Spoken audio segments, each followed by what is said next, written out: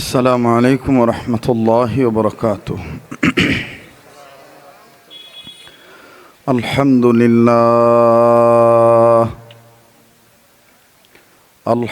لله رب العالمين والعاقبة للمتقين والصلاة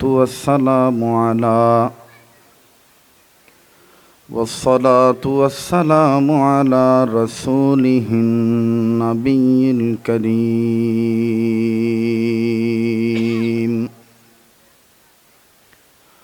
أما بعد فأعوذ بالله من الشيطان الرجيم. بسم الله الرحمن الرحيم. يا أيها الذين آمنوا قوا أنفسكم وأهليكم نارا. وقال رسول الله صلى الله عليه وسلم: خيركم من تعلم القرآن وعلمه، أو كما قال عليه الصلاة والسلام. بارك الله لنا ولكم في القرآن العظيم، ونفعنا وإياكم بالآيات والذكر الحكيم. سبحانك لا علم لنا إلا ما علمتنا، إنك أنت العليم الحكيم. لا إله إلا الله، لا إله إلا الله، لا إله إلا الله محمد رسول الله صلى الله عليه وسلم. لا إله إلا الله وحده لا شريك له، له الملك وله الحمد وهو على كل شيء قدير. أستغفر الله الذي لا إله إلا هو الحي القيوم وأتوب إليه. لا حول ولا قوة إلا بالله العلي العظيم. أستغفر الله، أستغفر الله، أستغفر الله. إن الله غفور رحيم. ربنا تقبل منا إنك أنت السميع العليم، وتب علينا يا مولانا إنك أنت التواب الرحيم।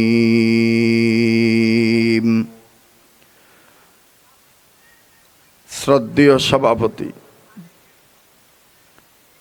আমন্ত্রিত যোগ্য বুজুর্গ হযরত উলামায়ে কেরাম,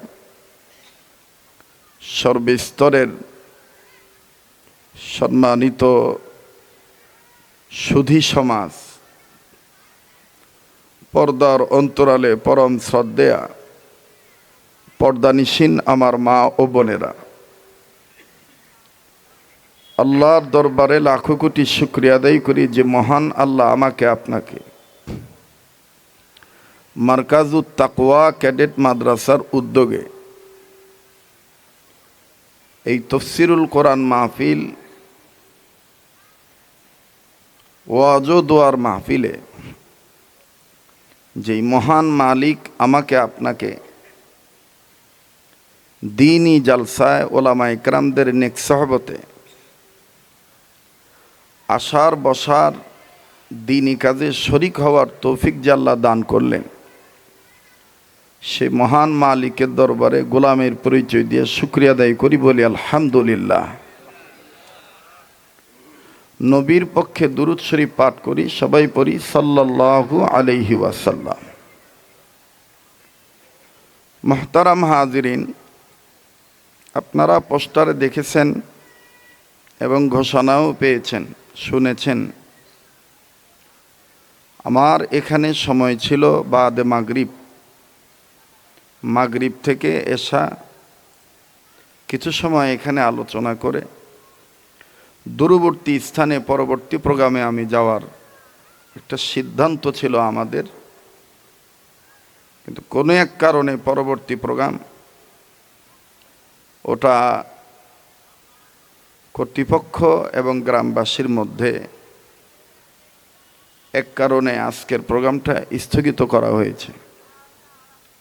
অনেকেই ভাবতে পারেন যে এই পরিবেশে এই রকম সভা সমিতিতে আব্দুল খালেক শরীয়তপুরী সাহেব কথা বলেন বা আসেন, এটা আমাদের জানা ছিল না। মনে রাখবেন, কোরআনের আলোচনা যেখানেই হোক, সেটা বড় প্যান্ডেল হোক, কলেজ মাঠে হোক, আর কুড়ে ঘরের মধ্যে হোক, সব মাহফিলই বরকতি মাহফিল।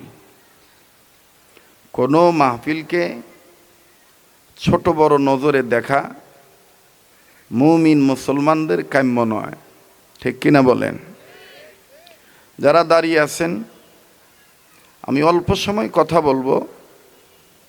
এখানে যে সমস্ত বুজুর্গ ওলামায়ে কেরাম কথা বলেছেন, তাদের জুতা টানার যোগ্যতা আমার নাই। আমি বিনয়ের সহিত বলবো, আমি বিশ্বাস করি এই অত্র অঞ্চল উকিলপাড়া সুইচ গেট সংলগ্ন সেবা শ্রম রোডের বাসিন্দারা অধিকাংশই শিক্ষিত মানুষ, জ্ঞানী মানুষের বসবাস।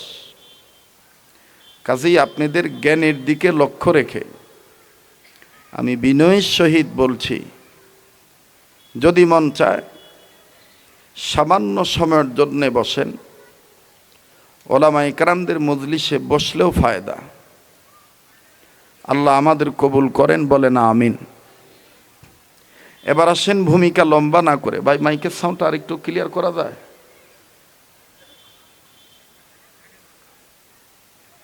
মাইকের সাউন্ডটা স্পষ্ট করেন।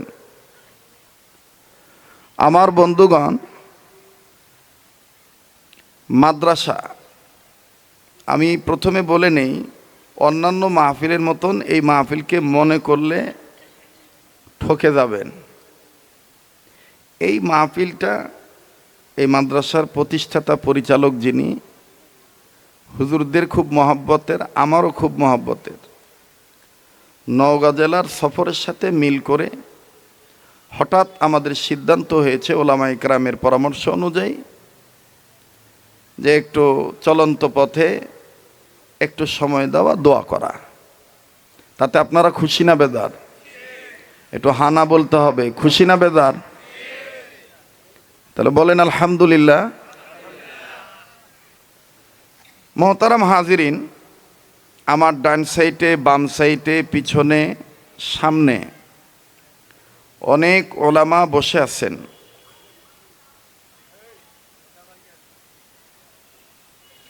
অনেক ওলামায়ে কেরাম বসে আছেন যারা জ্ঞানীগুণী মানুষ, যারা আমাকে পড়ানোর যোগ্যতা রাখেন। আর আজকে আমি সবচেয়ে বেশি গর্বিত যে আপনারা আমাদেরকে, যাদেরকে দেখতেছেন, আমরা এখানে অধিকাংশই ওস্তাদ ছাত্র। আলহামদুলিল্লাহ বলবেন না? আমার বন্ধুগণ, হযরত মাওলানা হাকিমুল ইসলাম, শেখুল ইসলাম, মুফতি তকি উসমানী দামাত বারাকাতুল আলিয়া, তিনার বাবা তফসিরে মারিফুল কোরআনের মুসান্নিফ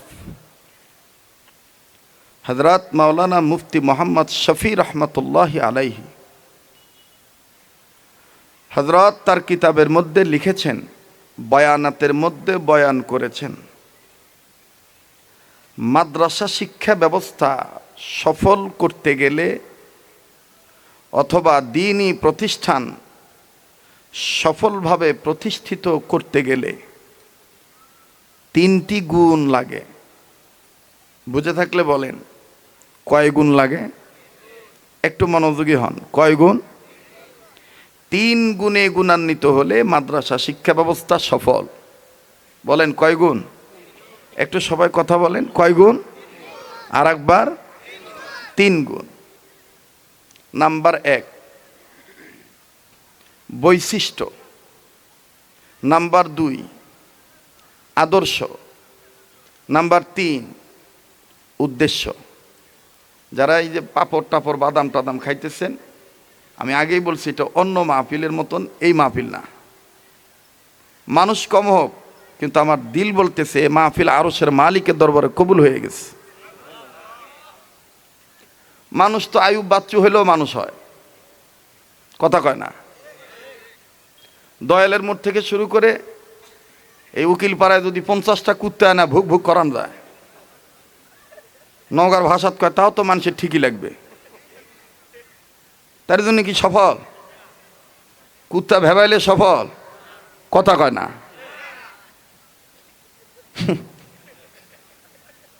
কেউ রাগ করছেন নাকি? হ্যাঁ, খুব খেয়াল করবেন।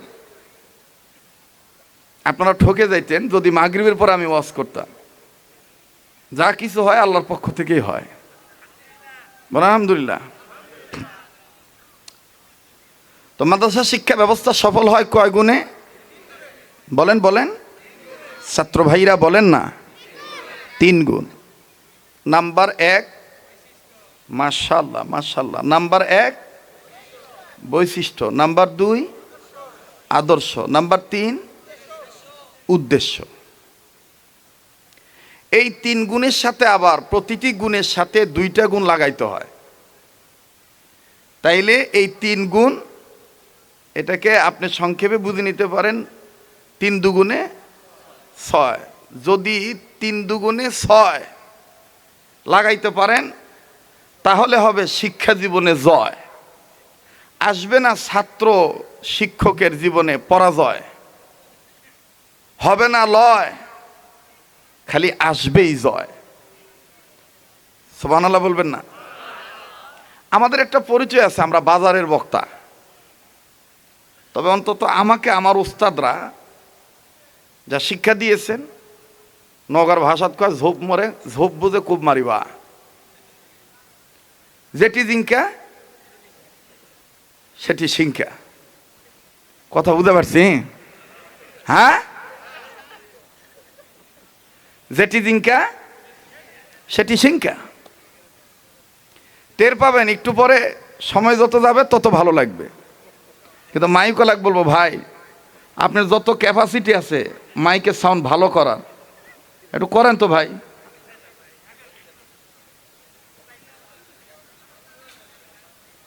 কি ভাই, ঠিক না? কেন কা জানি ঢ্যাপ ঢ্যাপ ঢ্যাপ ঢ্যাপ করছে। তো মাইকালাক আমি ডাকা কোনো কানত কোনত কোনো তো বাবা রয়ে এই ঢ্যাপ ঢ্যাপ বাদ দিয়ে না টনটনা করে দিয়ে। আমি কি বুঝবো আল্লাহ জানে। টনটনা করবার দে আরো ঢ্যাপ ঢ্যাপ করছে। মাইক যদি করে ঢ্যাপ ঢ্যাপ, তো শ্রোতারা বাড়িত কবে সুতনু আমি গাওয়াত দিয়া ল্যাপ, কথা কয় না। কিন্তু যারা আসছে তাদের মনে থেকে যাবে আক্ষেপ, যদি মাইক করে ঢ্যাপ ঢ্যাপ, ঠিক না? এটা 2 হাত তোলেন তো ভাই, হাত টান টান করে তোলেন। মাশাল্লাহ, মোট করে ধরেন, সারেন, ধরেন সারেন, ধরেন সারেন। এবার ভেস্তে বাগান সাজানো নিয়ত করে আঙ্গুলগুলো ফুলের মতন একটু ছড়ান।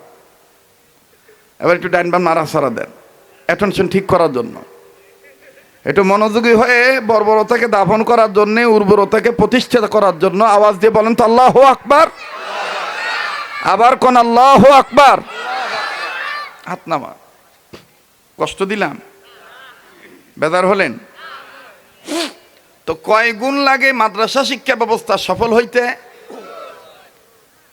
3 গুণের সাথে আরো কয় গুণ যোগ করতে হয়? 6 গুণ। এই নিষেধ করছিলাম, মরার পাপড় খাচ্ছ নাকি রেটি? ভালোভাবে কোনো, তাও তোর কানত গেল না, পাপড় খেলে ওটি দেখা।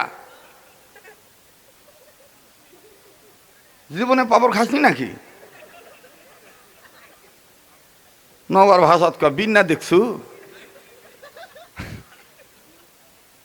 থাক, অনেকে মনে করতে ঢাকার থেকে আসছে, নবার মানুষের সাথে কি আর আলাপ করে পারবে? ওই আমি তো শুরুতে বলছি, যেটি জিঙ্কা সেটি সিংখা। আল্লাহ কবুল করুক, জোরে কোন আমিন। 3 গুণের সাথে কয় গুণ লাগাইতে হয়? প্রতিটির সাথে কয় গুণ? 2 গুণ। বৈশিষ্ট্যর সাথে 2টি গুণ লাগাতে হবে, তাহলে সফলতা আসবে। কি কি? নাম্বার 1 ইল, নাম্বার 2 আমাল। নাম্বার 1 এলেম, নাম্বার 2 আমল। বলেন, নাম্বার 1 এলেম, নাম্বার 2 আমল। এটা হলো মাদ্রাসা শিক্ষা ব্যবস্থার সফলতার প্রথম নম্বর গুণের বৈশিষ্ট্যর 2টি ব্যাখ্যা। মাদ্রাসা শিক্ষা ব্যবস্থার সফল হওয়ার পিছনে যে 3টি জ্ঞান লাগে, গুণ লাগে, এর প্রথম নম্বর গুণ হলো বৈশিষ্ট্য। আর বৈশিষ্ট্যর পিছনে 2টি গুণ লাগাতে হয়, সেটি হলো এলেম এবং আমল। জানা আছে মানা নাই, মাদ্রাসা শিক্ষা ব্যবস্থার সফলতা নাই।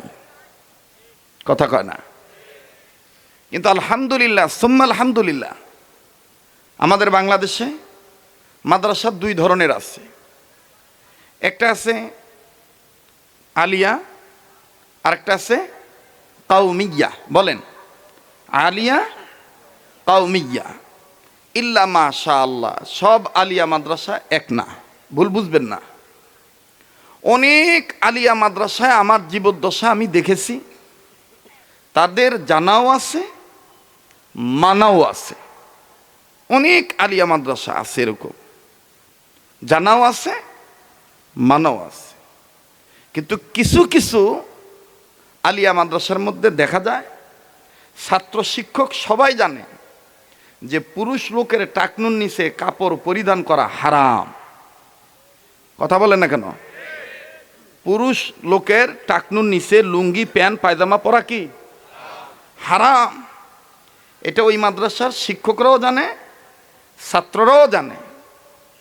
কিন্তু শিক্ষকরা শিক্ষকতা করার সময়, ছাত্ররা জ্ঞান অর্জন করার সময় দেখা যায় যে তাদের টাকনুর নিচে প্যান্ট, পায়জামা পড়ে আছে। তাহলে বলেন তো, জানা অনুযায়ী কি মানা হলো? বলেন, জানা অনুযায়ী কি মানা হলো? মানা হলো না। এরকম অনেক কওমি মাদ্রাসাতেও আছে, কওমি মাদ্রাসার নাম দিয়েছে, কিন্তু এলেম অনুযায়ী আমল নাই, এলেম অনুযায়ী আমল নাই। আলহামদুলিল্লাহ, এই যে মারকাজুত তাকওয়া যে মাদ্রাসাটা, আমার পরম শ্রদ্ধেয় অভিভাবক তুল্য মুরব্বী শেখুল হাদিস আল্লামা হাফিজুর রহমান সাহেব দামাত বারাকাতুল্লাহ আলিয়া বাহরুল উলুম, এর পাশে আরেকজন বসে আছেন মডেল মসজিদের সম্মানিত খতিব, ইমাম ও খতিব। অল্প কথায় আপনাদেরকে তিনি সুন্দর করে বুঝিয়ে দিয়েছেন মারকাজুত তাকওয়া প্রতিষ্ঠানটার প্রতিষ্ঠা করার মাকসাদ কি, উদ্দেশ্য কি, আদর্শ কি, বৈশিষ্ট্য কি। আমি এখানে বসে আমি চিন্তা করছিলাম অন্য একটা ওয়াজ করব, কিন্তু এখন ডাইন বামে যদি মহাসাগর থাকে, তা আত্রাই নদীর খাওয়া আছে? কথা কয় না। ডাইন বামে যদি সাগর, মহাসাগর, উপসাগর থাকে, যমুনার খাওয়া আছে? হ্যাঁ, পদ্মা মেঘনার খাওয়া আছে? নাই। এই জন্য বলছি, যেটি জিঙ্কা সেটি সিংখা। খুব খেয়াল করবেন, মাদ্রাসা শিক্ষা ব্যবস্থা সফল হইতে গেলে 3টি গুণ লাগে। এর মধ্যে 1 নাম্বার বৈশিষ্ট্য। বৈশিষ্ট্য শাখা কয়টা? বলেন না বাবা, 2টা। নাম্বার 1 এলেম, নাম্বার 2 আমল। বাকি থাকলো কয়টা? 2টা। নাম্বার 2 আদর্শ। আমি কার আদর্শ মেনে কার আদর্শে আদর্শবান হব, এইটাকে আমাকে ঠিক করতে হবে। আল্লাহ বলেন, লাকাদ কানা লাকুম ফি রাসূলিল্লাহি উসওয়াতুন হাসানা, তোমাদের জন্য আমি সর্বোত্তম আদর্শ মডেল বানিয়ে দিলাম আমার রসুলকে। সুবহানাল্লাহ বলেন। আর রসুল কি আদর্শ রেখে গেছেন? রসুলের ইন্তেকালের পরে খোলাফায়ে রাশিদিন, সাহাবায়ে কেরামের জামাত আমাদেরকে পুঙ্খানুভাবে সুন্দর করে জানিয়ে দিয়েছেন, উন্মোচন করে দিয়েছেন। এজন্য ওলামায়ে হক্কানি বুজুর্গ ওলামায়ে কেরামগণ বলেন, দুনিয়ার সমস্ত মুহাক্কিকিনে মুফাসসিরিনে কেরামগণ, মুহাদ্দিসিনে কেরামগণ একমত হয়ে বলেন, আদর্শ ঠিক থাকবে যদি আহলে সুন্নতুল জামাতের অন্তর্ভুক্ত হওয়া যায়। আহলে সুন্নত ওয়াল জামাত, সাহাবায়ে কেরামের জামাতকে মেনে নেওয়া, খোলাফায়ে রাশিদিনদেরকে মেনে নেওয়া, এটা হলো আদর্শ হওয়া। 3 নাম্বার উদ্দেশ্য, মাদ্রাসায় পড়ে, মাদ্রাসায় পড়ায়, মাদ্রাসায় টাকা দিয়ে, মাদ্রাসায় ওয়াজ করে, মাদ্রাসায় ওয়াজ শুনে বাচ্চাদেরকে ভর্তি করিয়ে লাভ কি? উদ্দেশ্য কি? উদ্দেশ্য একটাই, নিজে জাহান্নামের আগুন থেকে বাঁচা এবং অপরকে জাহান্নামের আগুন থেকে বাঁচানো, এটা হলো উদ্দেশ্য। এই 3 গুণ যদি ঠিক থাকে তাহলে মাদ্রাসা ছোট হলেও সফলতা দিয়ে দিবে কে? আবার বলেন কে? আরেকবার বলেন কে? হাকিমুল উম্মত মুজাদ্দিদুল মিল্লাত মাওলানা আশরাফ আলী থানভী রহমতুল্লাহ আলাইহি হযরত তার কিতাবের মধ্যে লিখছেন, হাদিসের কওলকে নকল করে, রসুলের কওলকে নকল করে হযরত বলেছেন হাদিসের উদ্ধৃতি দিয়ে যে উম্মতে মুহাম্মাদীদের জাহান্নাম থেকে বাঁচার পথ 4টি। বুঝে থাকলে বলেন কয়টা? আরেকবার কোন কয়টা? 4টি। নাম্বার 1 আলেম হওয়া। নাম্বার 1 আলেম হওয়া। বাবা বারবার জিজ্ঞেস করতেছি, রাগ করতেছেন নাকি? নাম্বার 1 আলেম হওয়া। নাম্বার 2 আলেমের ছাত্র হওয়া। নাম্বার 3 আলেমগণের কথা শোনা। নাম্বার 4 আলেমদেরকে মহব্বত করা। সুবহানাল্লাহ বলেন। আমরা এখানে যারাই এসেছি, বসেছি, উপস্থিত হয়েছি, আমরা সবাই এই 4 দলের অন্তর্ভুক্ত, ঠিক কিনা বলেন? আমার বন্ধুগণ, তাইলে এই 4টা কথার সাথে আলেমের সম্পর্ক আছে না নাই? আলেমের নাম আছে না নাই? আছে। আলেমের সম্পর্ক এলেমের সাথে, আর এলেমের সম্পর্ক রব্বুল আলামিনের সাথে। আলেমের সম্পর্ক কিসের সাথে বাবা? এলেমের সাথে। আর এলেমের সম্পর্ক আলমের মালিকের সাথে। আলমের মালিককে বলেন, আলমের মালিককে? আল্লাহ। হযরত মাওলানা জালালউদ্দিন রুম রহমতুল্লাহ আলাইহি, যাকে আমরা মাওলানা জালালউদ্দিন রুমি বলে চিনি, তিনি তার কিতাবের মধ্যে লিখছেন যে আমি একবার এক বড় সাগরের কিনারে দাঁড়িয়ে, কথা শুনতেছেন কি আপনারা? বড় সাগরের কিনারে দাঁড়িয়ে আল্লাহকে বললাম, আল্লাহ, আপনি আকাশ কি দিয়ে সাজিয়েছেন, জমিন কি দিয়ে সাজিয়েছেন, আমি একটু জানতে চাই। আল্লাহওয়ালারা আল্লাহর সাথে কথা বলতেন, এটা কি বিশ্বাস হয়? কথা বলে না, বিশ্বাস হয়? বলবেন হুজুর আমরাও কি আল্লাহর সাথে কথা বলতে পারবো? হ্যাঁ। মুসা নবী তুর পাহাড়ে যে আল্লাহর সাথে কথা বলতেন, জাকারিয়া নবীকে করাত দিয়ে যখন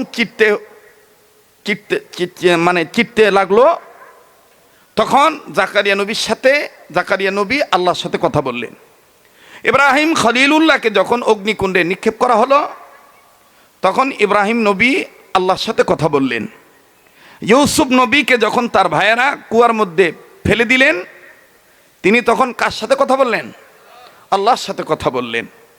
আমার নবী মুহাম্মদ সাল্লাল্লাহু আলাইহি ওয়াসাল্লাম, তিনাকে যখন আল্লাহ তাআলা ঊর্ধ্বগমনের সফরে নিয়ে গেলেন, আমার নবীর সাথে আল্লাহও কথা বললেন, আল্লাহর সাথে আমার নবীও কথা বললেন। কিন্তু নবীজি বললেন, আল্লাহ, আপনি সব নবীদের সাথে কথা বলেছেন, আমার সাথেও কথা বললেন, আমার উম্মতদের সাথে কথা বলবেন না? আল্লাহ তখন বললেন যে তোমার উম্মতরা আমার সাথে কথা বলতে পারবে, তোমার উপরে আমি রব কুদরতি পার্লামেন্ট থেকে তোমার বিশ্ব মিনিস্টারিতে যে বিধান নাজিল করে দিলাম, আই গড ইজ রিভিল, আমি যে আইন তোমার উপর নাজিল করলাম, বলেন মুসলমানদের সংবিধানের নাম কি? এত আসতে বললেন। মুসলমানদের সংবিধানের নাম কি? কোরআন। আল্লাহ বললেন, ওগো নবী মুহাম্মদ, এই কোরআনুল কারীমের এক নাম কালামুল্লাহ।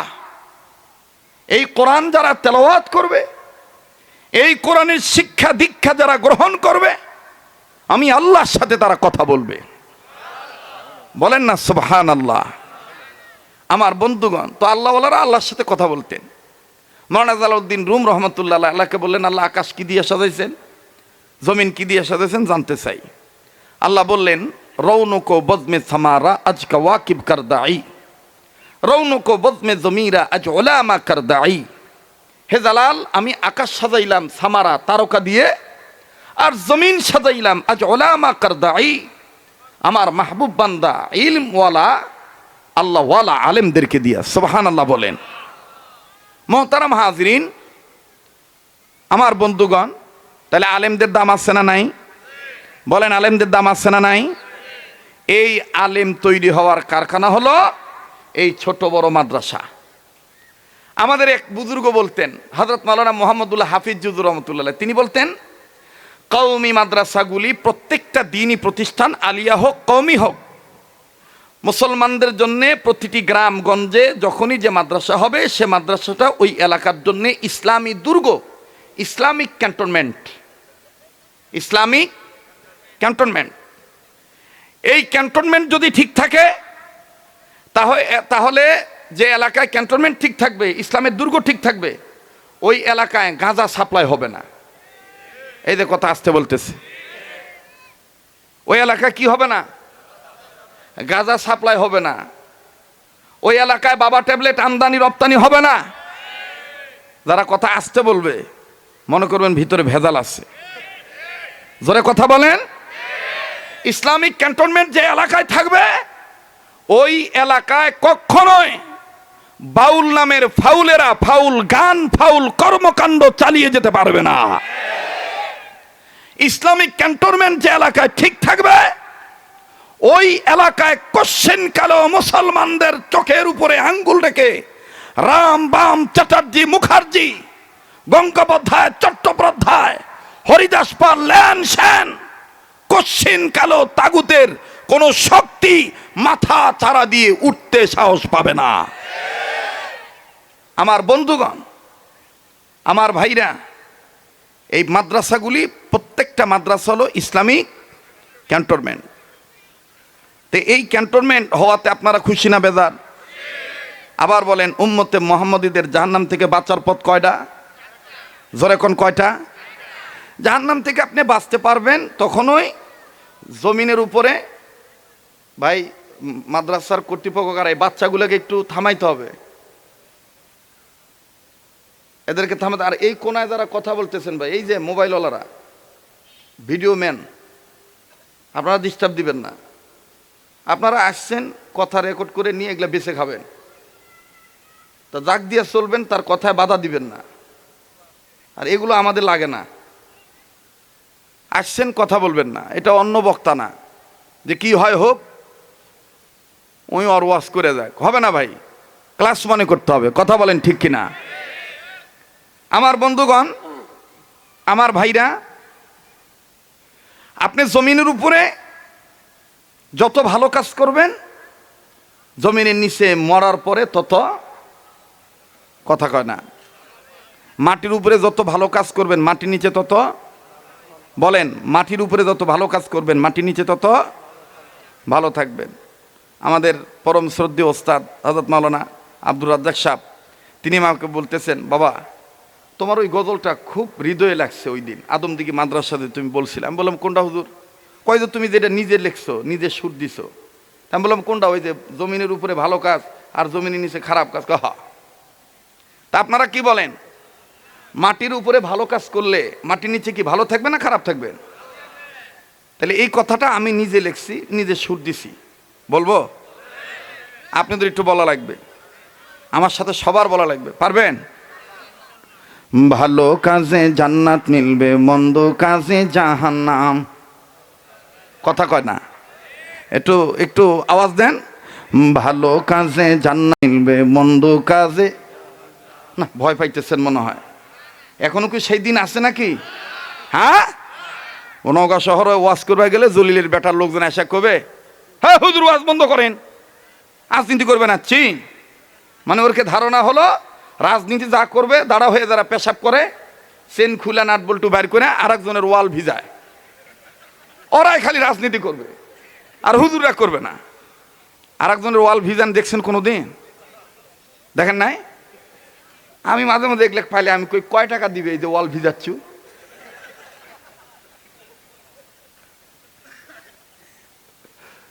বাস্তব না বাস্তব? দোয়া নাই মুসা নাই, কোনো মতন ধারা দিয়ে আবার ভিতরে ঢুকায়। উইও যায় হোমবতীর ফটো টপ টপ করে পড়িচ্ছে। আমি খালি ভয় পাই, না জানি আজরাইল লিয়া যায়। কারণ এই হোমবতীর ফোঁটা পরা অবস্থা যদি আজরাইল লিয়া যায়, জাহান্নাম ছাড়া আর উপায় নাই। ভালো কাজে জান্নাত মিলবে, মন্দ কাজে জাহান্নাম। সবাই ভালো কাজে জান্নাত মিলবে, মন্দ কাজে না, আওয়াজ আরো বাড়বে। ভালো কাজে জান্নাত মিলবে, মন্দ কাজে, ভালো কাজে জান্নাত মিলবে, মন্দ কাজে জাহান্নাম। এক শ্রেণীর মানুষ আছে গুনার কাজে সময় পায়, করে না গো নেকির কাম। ভালো কাজে জান্নাত মিলবে, মন্দ কাজে, জোরে, ভালো কাজে জান্নাত মিলবে, মন্দ কাজে। মানুষ রূপে জন্ম নিয়া জানোয়ারের ভাব দেখান, নামাজ রোজা ছেড়ে দিয়ে চালু রেখছেন বাউল গান। কেবা কেঙ্কা লাগিচ্ছে? ভালো হচ্ছে? চলবে? হ্যাঁ চলবে বা? এটা জোরে কত আল্লাহু আকবার। মানুষ রূপে জন্ম নিয়া জানোয়ারের ভাব দেখান, নামাজ রোজা ছেড়ে দিয়ে চালু রেখছেন বাউল গান। আবার নিজের ত্রুটি ঢেকে রেখে, নিজের ত্রুটি ঢেকে রেখে আলেম ওলামার গায়ে বদনাম। ভালো কাজে জান্নাত মিলবে, মন্দ কাজে জাহান্নাম। জোরে, ভালো কাজে জান্নাত মিলবে, মন্দ কাজে, ভালো কাজে জান্নাত মিলবে, মন্দ কাজে। আচ্ছা বলেন তো, আমাদের এই দেশে আপনারা আপনাদের দৃষ্টিকোণ থেকে বলেন, জ্ঞান অনুযায়ী বলেন, বাউলের দাম বেশি না আলেমের দাম বেশি? এই যারা আস্তে কয় মনে করবেন ওরাই ফাউল মার্কার গ্রুপের লোক, এজন্য আস্তে কথা বলতেছে। বাউলের দাম বেশি না আলেমের দাম বেশি? আরে ভাই, বাউলরা প্রত্যেকটা অনুষ্ঠানে গাঁজা না খেলে গলা ক্লিয়ার হয় না। এই যে হুজুরা যে ওয়াজ করতেছে গাঁজা খেয়ে উঠছে, হ্যাঁ মিশাই দেখবেন বেহালা কান্দত লিয়া 2 বোতল খাইছে, কিন্তু খায় অজগবি উঠে এরকম করে হ্যাঁ হ্যাঁ এরকম করে ঘুতাবে। আর কিন্তু অজগবি ওই যে নগর ভাষাতকে আজারা, কি কবা আজারা, আজারা, আজারা অজগবি দেখবেন এরকম করে এরকম বেহালা টান দেয় আর ডাক দিয়ে কয় হ্যাঁ, মানে বুঝায় গলা ক্লিয়ার করা লাগবে। এটা হইলো কথা কয় না। যারা আল্লাহর কোরআন তেলাওয়াত করে, যারা আল্লাহর কোরআনের পক্ষে থাকে, তাদের গলা সব সময় ক্লিয়ার কে রাখে? যারা বলেন কে? নওগাঁ জেলায় মনে হয় গাঁজা নাই। আমি তো হিসাব করে দেখছি আমাদের বাংলাদেশে পুরুষ লোকের চরিত্র ধ্বংস হওয়ার পিছনে, জীবন ধ্বংস হওয়ার পিছনে যতগুলি কারণ, এর মধ্যে 2টা কারণ আমি বেশি বেশি খুঁজে পাইছি। নাম্বার 1 মাদক সেবন। এই নাম্বার 1 কি? নাম্বার 1 মাদক সেবন। নাম্বার 2 নারীদের বেপরদায় চলন ফিরন। অন্য যে জায়গা থোয়ার কথা বা ও জায়গাত নাই, এগুলোর 3 জায়গায় বসান্ত ভাই। এ হুজুর এনা বামত আসতো বা, হ্যাঁ বামত আয় তো বা, বাঁয়ে আয়, বাঁয়ে হ্যাটেক। রাগ করতেছেন নাকি? হ্যাঁ জি, খুব খেয়াল করবেন। যেটা বলতেছিলাম যে অন্য যে জায়গায় থোয়ার কথা সে জায়গা থো না। কোথায় থাকে? বাপরে, তুই মুখস্থ করে আছিস নাকি রে? অন্য এটাকে আমি আমার জ্ঞান দ্বারা সাজাইছি, পয়েন্টত না থুয়া জয়েন্টত বাদা থুয়ে দেয়। পয়েন্টত না থুইয়া কুট থইবা জয়েন্টে থয়। পয়েন্টে উন্নত হওয়ার কথা। আগের মা বোনদের লেখাপড়া কম ছিল, নিজের নামটাও লিখতে পারতো না, টিপসই দিয়ে চলতো, এবং টিপসই কোথায় দিবে সেটাও জানতো না। ওই আঙ্গুল ঠিক করে কত কুটি টিপ দিম বা কুট দিম, আরো কয়েকজন ধরে লিয়ে দেয় ঠেসা দিয়ে কত এটি দে, তখন দিত দিয়ে আবার করে এ রে কালি ভরলো কে, কথা কয় না। আগের মা বোনরা এরকম সরল ছিল, কিন্তু তাদের মাথার কাপড় কখনো বুকে নামে নাই। আর এখনকার মেয়েরা আয়োপাস, বায়োপাস, জায়োপাস, লোয়োপাস। কবেন হুজুর এটা আবার কোন ডিগ্রি? আয়োপাস মানে ভাল লাগলেই হয়, কে কি কয় কোদিকে তাকানোর দরকার নাই। অবশ্যই এই এলাকাতেই রোগ নাই, যত রোগ খালি ঢাকায়। কিন্তু আফসোস, আমার সমাজে বিচার হয়, ইফটিজিং কে করে তার বিচার হয়, কিন্তু ইফটিজিং কেন হয়? গাঞ্জা যে খায় তার বিচার হয়, কিন্তু গাঁজা যে বিক্রি করে তার বিচার হয় না। কথা কোন ঠিক কিনা? আল্লাহ আমাদেরকে সহিবুদ দান করেন, আবার বলেন আমিন। তো উম্মতে মুহাম্মাদীদের জাহান্নাম থেকে বাঁচার পথ কয়টা? কয়টা? নাম্বার 1 আলেম হওয়া, নাম্বার 2 আলেমের ছাত্র হওয়া। এবার বলেন তো, আলেমের ছাত্র হইলে লাভ না লস? আর একবার বলেন, নাবলা লস? তাহলে আমি বলবো, আপনারা মুখস্থ করবেন, দেখি কার মুখস্থ হয়েছে। উম্মতে মুহাম্মাদীদের জাহান্নাম থেকে বাঁচার পথ কয়টা? এই তো হয়ে গেল, মাশাআল্লাহ। উম্মতে মুহাম্মাদীদের জাহান্নাম থেকে বাঁচার পথ কয়টা? সবাই বলেন কয়টা? নাম্বার 1 আলেম হওয়া, নাম্বার 1। সবাই বলেন, এটা ক্লাস চলতেছে, ধর্মের ক্লাস। নাম্বার 1 আলেম হওয়া। ইনকে টানা যাবে না বা, তাহলে আলেমে ধরে নিয়ে মারে ফেলবে। আলেম হওয়া মানে একটা জজবা থাকতে হবে। ইন্নামা ইয়াখশাল্লাহা মিন ইবাদিহিল উলামা। উলামায়ে কেরামরা সবচেয়ে আল্লাহকে বেশি ভয় করে, সুবহানাল্লাহ বলেন। আমি যখন বলবো নাম্বার 1, আপনারা বলবেন আলেম হওয়া। আমি যখন বলবো নাম্বার 2, আপনারা বলবেন আলেমের ছাত্র হওয়া। আমি যখন বলবো নাম্বার 3, আপনারা বলবেন আলেমের কথা শোনা। আমি যখন বলবো নাম্বার 4, আপনারা বলবেন আলেমদের মহব্বত করা। পারবেন তো ইনশাআল্লাহ? উম্মতে মুহাম্মাদীদের জাহান্নাম থেকে বাঁচার পথ কয়টা? নাম্বার 1 আলেম হওয়া, নাম্বার 1। নাম্বার 2 আলেমের ছাত্র হওয়া, নাম্বার 2। নাম্বার 3 আলেমের কথা শোনা, নাম্বার 3। নাম্বার 4 আলেমকে মহব্বত করা, নাম্বার 4। এই 4 পথের প্রতীক হবে যারা, কবরে হাসরে মিজানে সিরাতে খাবে না ধরা। সুবহানাল্লাহ বললেন না? সুবহানাল্লাহ বললেন না? আমি 3টা কথা হুজুরদের কাছে জমা থুয়ে গেলাম, কোনোদিন কোনো জায়গায় আসলে ওই 3 কথার ব্যাখ্যা বলে দেবো। আজকে শুধু 2 নম্বরটা বলি, আলেমের ছাত্র হওয়া। 2 নম্বর কি? আলেমের। আমার ভাইরা, আমার বন্ধুগণ, আলেম ওলামার ছাত্র হইলে লাভ কি? নিজের সন্তানকে কোরআন শিক্ষা দিলে দেখেন বাজান ফায়দা কি, ফজিলত কি। বাবাজি, কোনো দিকে কোনো নজর নাই, নিজের দিকে নিজে চিন্তা করবেন। যেহেতু নিজের কবর নিজের যাওয়া লাগবে। মান আরাফা নাফসাহু ফাকাদ আরাফা রাব্বাহু। যে নিজের চিনল সে আমার আল্লাহরে চিনল, যে নিজের চিনে নাই আমার বন্ধুগণ সে আমার আল্লাহকে চিনতে পারে নাই। আরে বন্ধু, রব্বে কাবা ডাক দিয়ে বললেন, নবী গো, ঈমান নামক দৌলত যারা অর্জন করেছি, ইমানদার বান্দা বান্দীদেরকে আমি আল্লাহ রাব্বুল আলামিন ডেকে বললাম, ইমানদার বান্দা বান্দীগণ, তোমরা নিজের জাহান্নামের আগুন থেকে বাঁচো, নিজেদের অধীনে যারা আছে তাদেরকেও জাহান্নামের আগুন থেকে বাঁচাও। ভাইজান, এখানে একটা কথা আছে যেটা না বললে তাফসীর বুঝতে পারবেন না, আয়াতের হাকিকত আমার বন্ধুগণ বোঝা যাবে না। উম্মতের উলামায়ে কেরামগণ স্টেজে আছেন বাবা।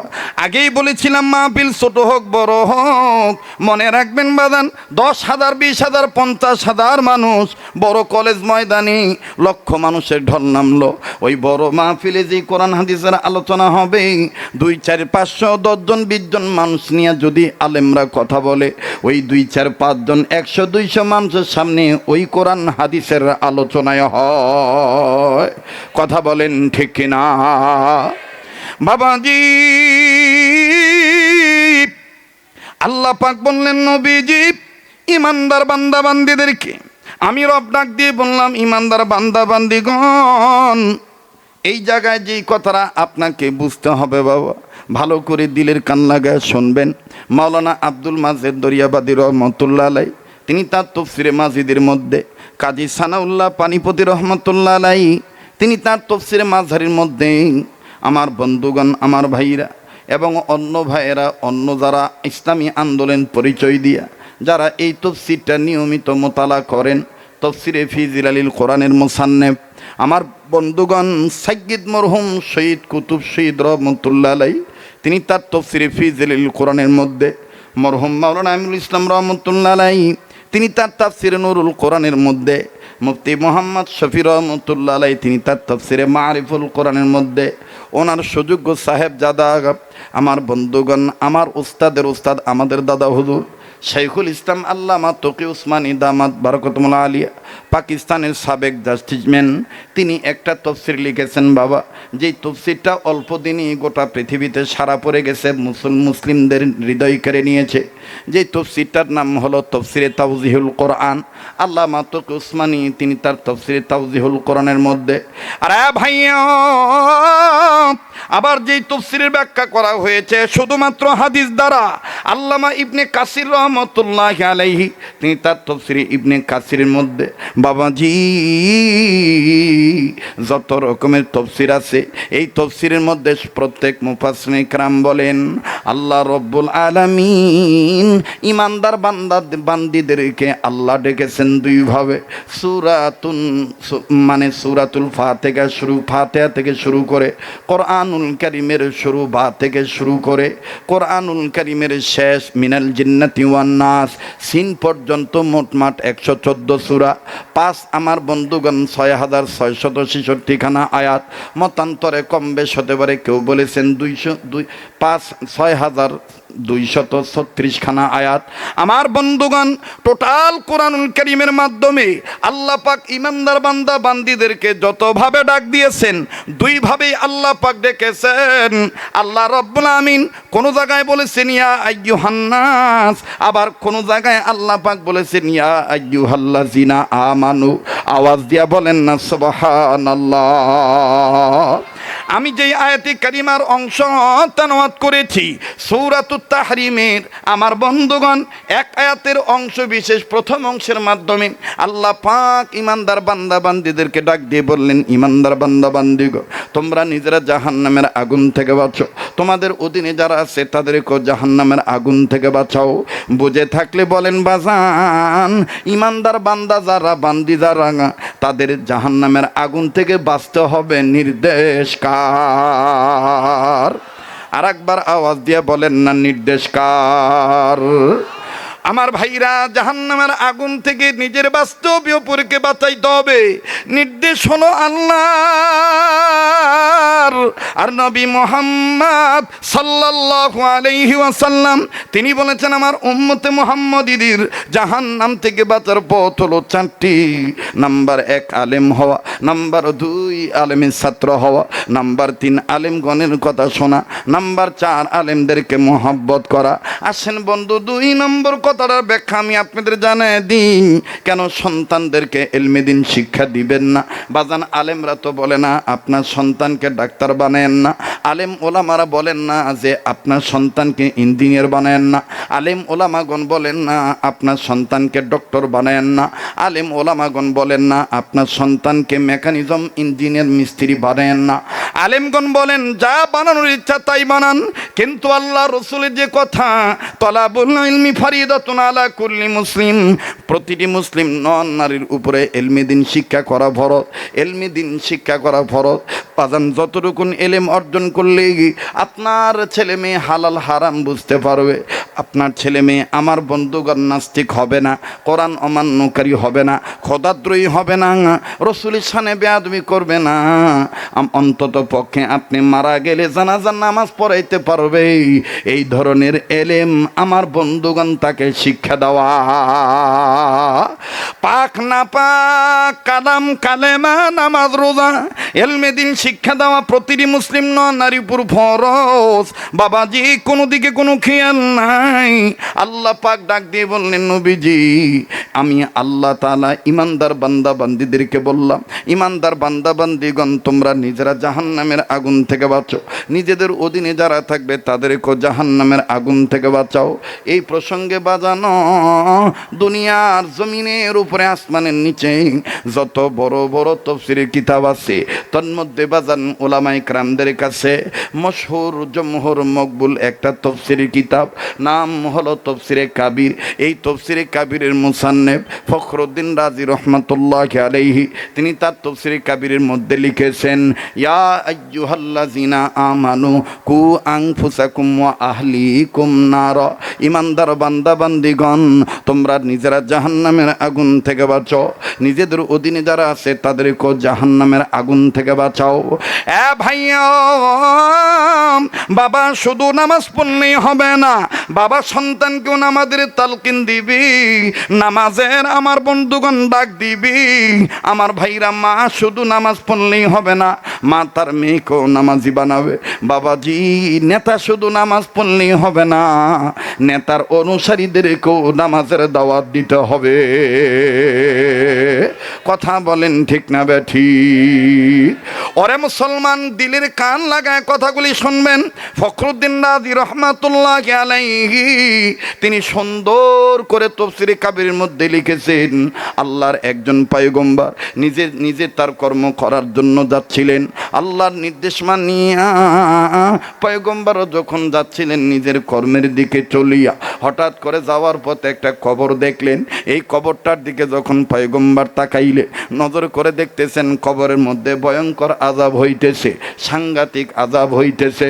পয়গম্বর কবরের আযাব দেখে, কবরওয়ালার হালত দেখে, এই দূর অবস্থা দেখে পয়গম্বর কাউকে কিচ্ছু বললেন না, শুধুমাত্র নিজের সাদা আঙ্গুলের মাথার মধ্যে কামড় দিলেন আর ডাক দিয়ে বললেন, প্রভু হে আপনি তার কবরের আযাব মাফ করিয়ে দেন, আল্লাহ আপনি তাকে মাফ করিয়ে দেন। আরে ভাইয়া কবরের আযাব মুমিন যারা হয় মুমিনদের কিন্তু অন্তর্চক্ষু আছে, আল্লাহওয়ালা যারা হয় আল্লাহওয়ালাদের চোখ হলো চারটা, দুটি হলো বাজান চর্ম চোখ আর দুটি হলো অন্তরের চোখ। কথা বলেন ঠিক না বেঠিক? লম্বা করব না বাজান। ডাইন বামে সামন পিছনে উম্মতের উলামায়ে কেরাম বসা আছেন। জগৎ বিখ্যাত একজন বুজুর্গ ছিলেন যার নাম মুফতি রশিদ আহমদ গঙ্গী রহমাতুল্লাহ আলাইহি, যাকে বলা হতো কুতুবুল এরশাদ, ফকিহুন নাস, কুতুবে রব্বানী হযরতুল আল্লাম মুফতি রশিদ আহমদ গঙ্গী রহমাতুল্লাহ আলাইহি। একটু খেয়াল করে শুনবেন বাজান, দিলের কান লাগায় শুনবেন। রশিদ আহমদ গঙ্গী রহমাতুল্লাহ আলাইহি তার 5-7 জন শাগরেদদেরকে নিয়ে আমার বন্ধুগণ নির্ধারিত একজন শাগরেতের বাড়িতে যাবেন। ওই শাগরেতের বাড়ি হইয়া আমার বন্ধুগণ তিনি তার গন্তব্যে পৌঁছে যাবেন। কিন্তু মিডিল পয়েন্টে যখন শাগরেতের বাড়ি পড়ল, এই শাগরেতকে না জানে তিনি শাগরেতের বাড়িতে চলে গেলেন। শাগরেদও ছিলেন আলেম। এখানে একটা কথা বুঝার আছে, এ বাবাজি পীর যদি হয় আলেম, মুরিদরাও দেখবেন হবে আলেম, না হইল তাদের সিরাত সুরত দেখবেন আলেম। কথা কয় না? আর পীর যদি হয় লালন, লালনের যত মুরিদ দেখবেন ওদের মধ্যে লালনের চেহারায় ফুটে ওঠে। সারা বাংলাদেশে যত জায়গায় গাঁজা বিক্রি হোক তার চাইতে রিডবল গাঁজা বিক্রি হয় লালন শাহর মাজারে। কথা কয় না রে? হ্যাঁ।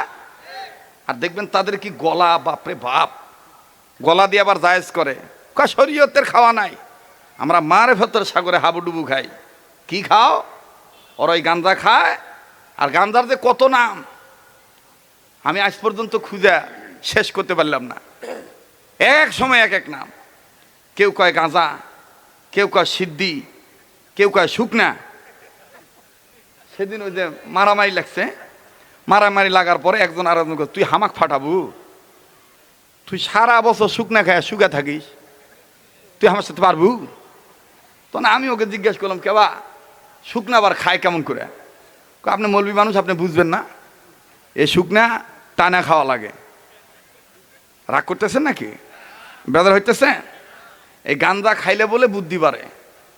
গাঁজার নাম শুকনা, সিদ্ধি, সবজি, মধু, তারপরে প্রেমেরঞ্জনের অমিয় সুধা, তারপরে আর একটা কি জানি গতকালকে শিখছিলাম, মাস্কা নাকি মাস্কা, হ্যাঁ মাস্কাই। ওই ইন্টিতলা দুবুলহাটি এলাকায় গেছিলাম তো গতকালকে, ওইখানে কালকে কইছিল একজন যে হুজুর আরেকটা নাম আছে মাস্কা। মানে এক এক নাম দিয়া দেখবেন কি কায়দা করে গলা ফাটায় কয়, ওরে করিলে সিদ্ধির ভোজ,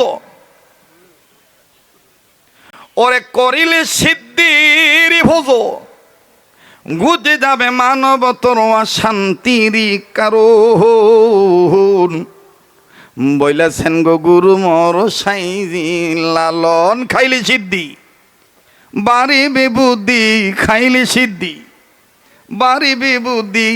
কোন এটা কি সত্য কথা না মিথ্যা কথা?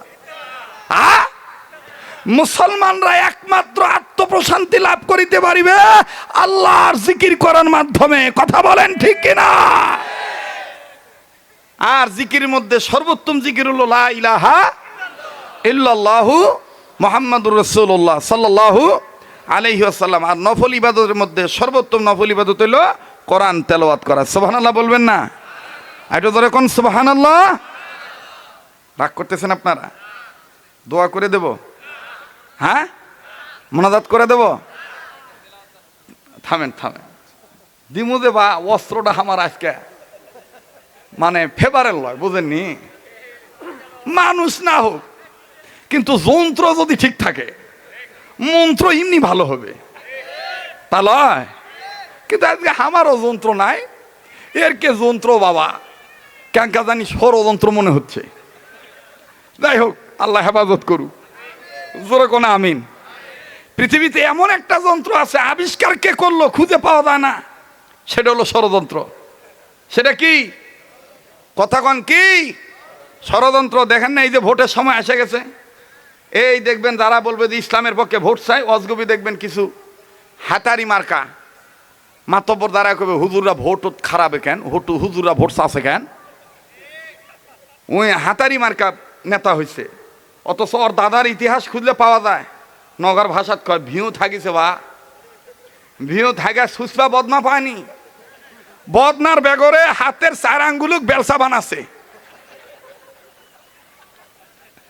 হাতের কয় আঙ্গুলুক বেলসা বানাছে বা? হাতের 4 আঙ্গুলুক বেলসা বানায়া পানি মারা শেষ করছে।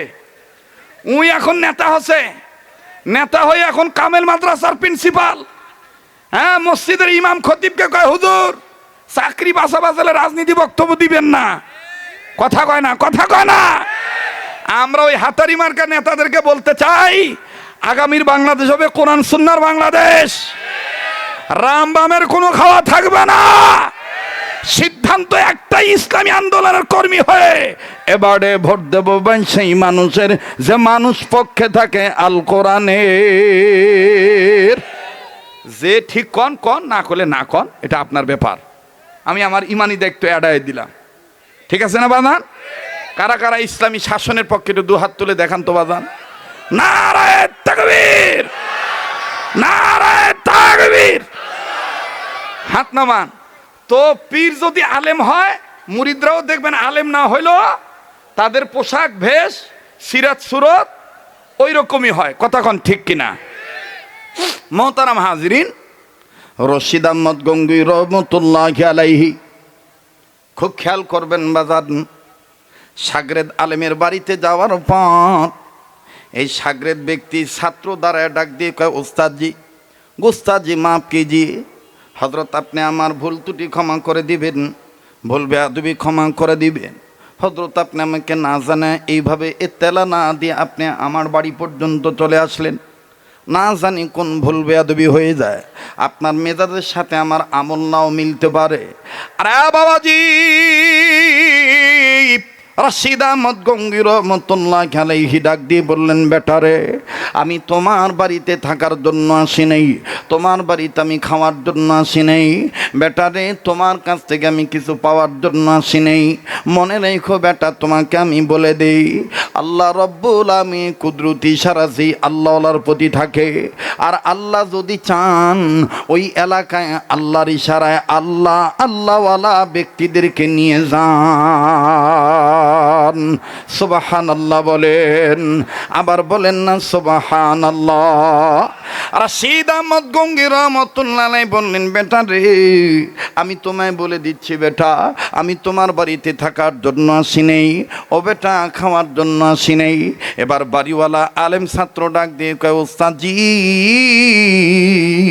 আপনার দরবারে থেকে, আপনার সোহবতে থেকে, আপনার কাছ থেকে হাদিস মুখস্থ করে, মাসলা মাসাইল জেনে এলেম অর্জন করে আমল করেছি, সফল হওয়ার বৈশিষ্ট্য ধরে রেখেছি। ওস্তাদজি, আপনি শিখাইছেন মেহমানদারি করা সুন্নত, মেহমানের কদর করা সুন্নত। ওস্তাদজি, আমি আপনার কাছে বলতে চাই, অনুমতি যদি দিতেন, আপনি ওয়েট করেন বাড়িতে, আমি আপনার জন্য বাজার করে নিয়ে আসি।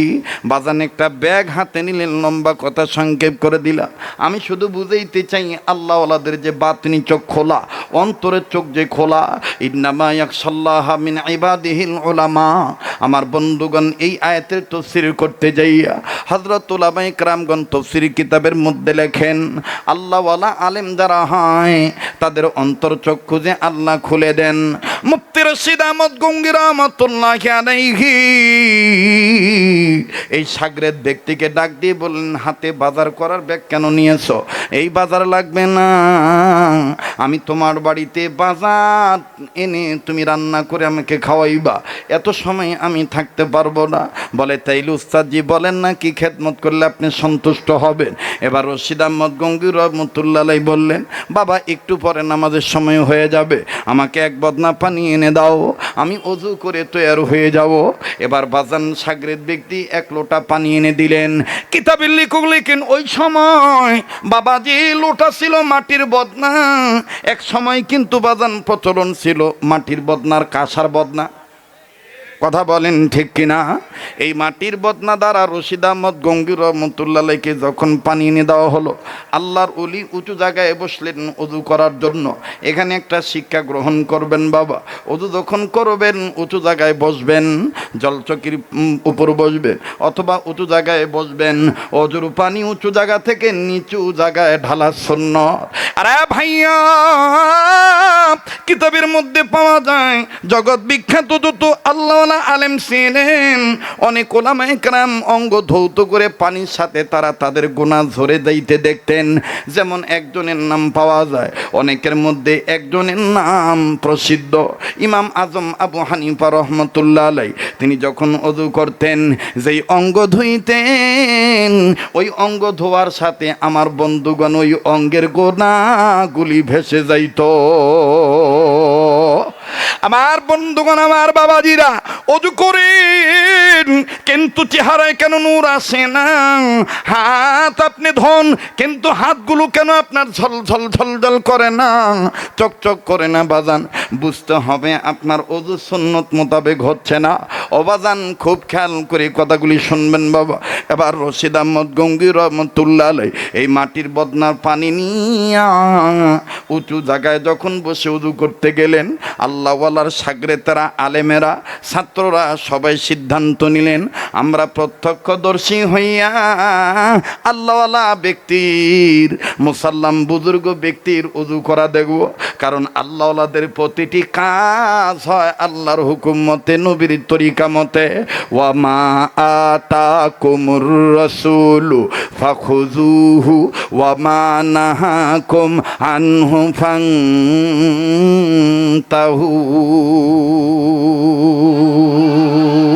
আল্লাহু আকবার, জোরে বলেন। আমার ভাইরা রশিদ আহমদ গঙ্গী রহমাতুল্লাহি আলাইহির ওযু করা দৃশ্য যখন সবাই মিলে দেখতেছেন বাবা, হঠাৎ করে ওযুনি শুরু করে দিলেন। বিসমিল্লাহির রহমানির রহিম পাঠ করে আমার বন্ধুগণ প্রথম তিনি দুই হাতের কবজি তিনবার ধৌত করলেন। এবার ওযুর মাসআলা অনুযায়ী, শরীয়তের বিধান অনুযায়ী হাত ধোয়ার পর মুখ ধুবে, মুখের মধ্যে তিনি পানি ঢুকাবেন, কুলি করবেন। আমার বন্ধুগণ কুলি করে তিনি পানি ফেলে দিবেন। তো সর্ব অঙ্গ তিনবার ধৌত করার সুন্নাত। বাজান রে, দ্বিতীয়বার যখন হাত ধোয়ার রশিদ আহমদ গঙ্গী রহমাতুল্লাহি আলাইহি মুখ থেকে আর পানি ফেললেন না। কিতাবে লিখেন রশিদ আহমদ গঙ্গী রহমাতুল্লাহি আলাইহি মুখটা কেমন জানি কালো হয়ে গেল। তার মানে আপনাদের এই অঞ্চলের একটা প্রবাদ বাক্য আছে, পানি অনেক সময় বুকে খিল লাগে। কথা কয় না? কি লাগে বাবা?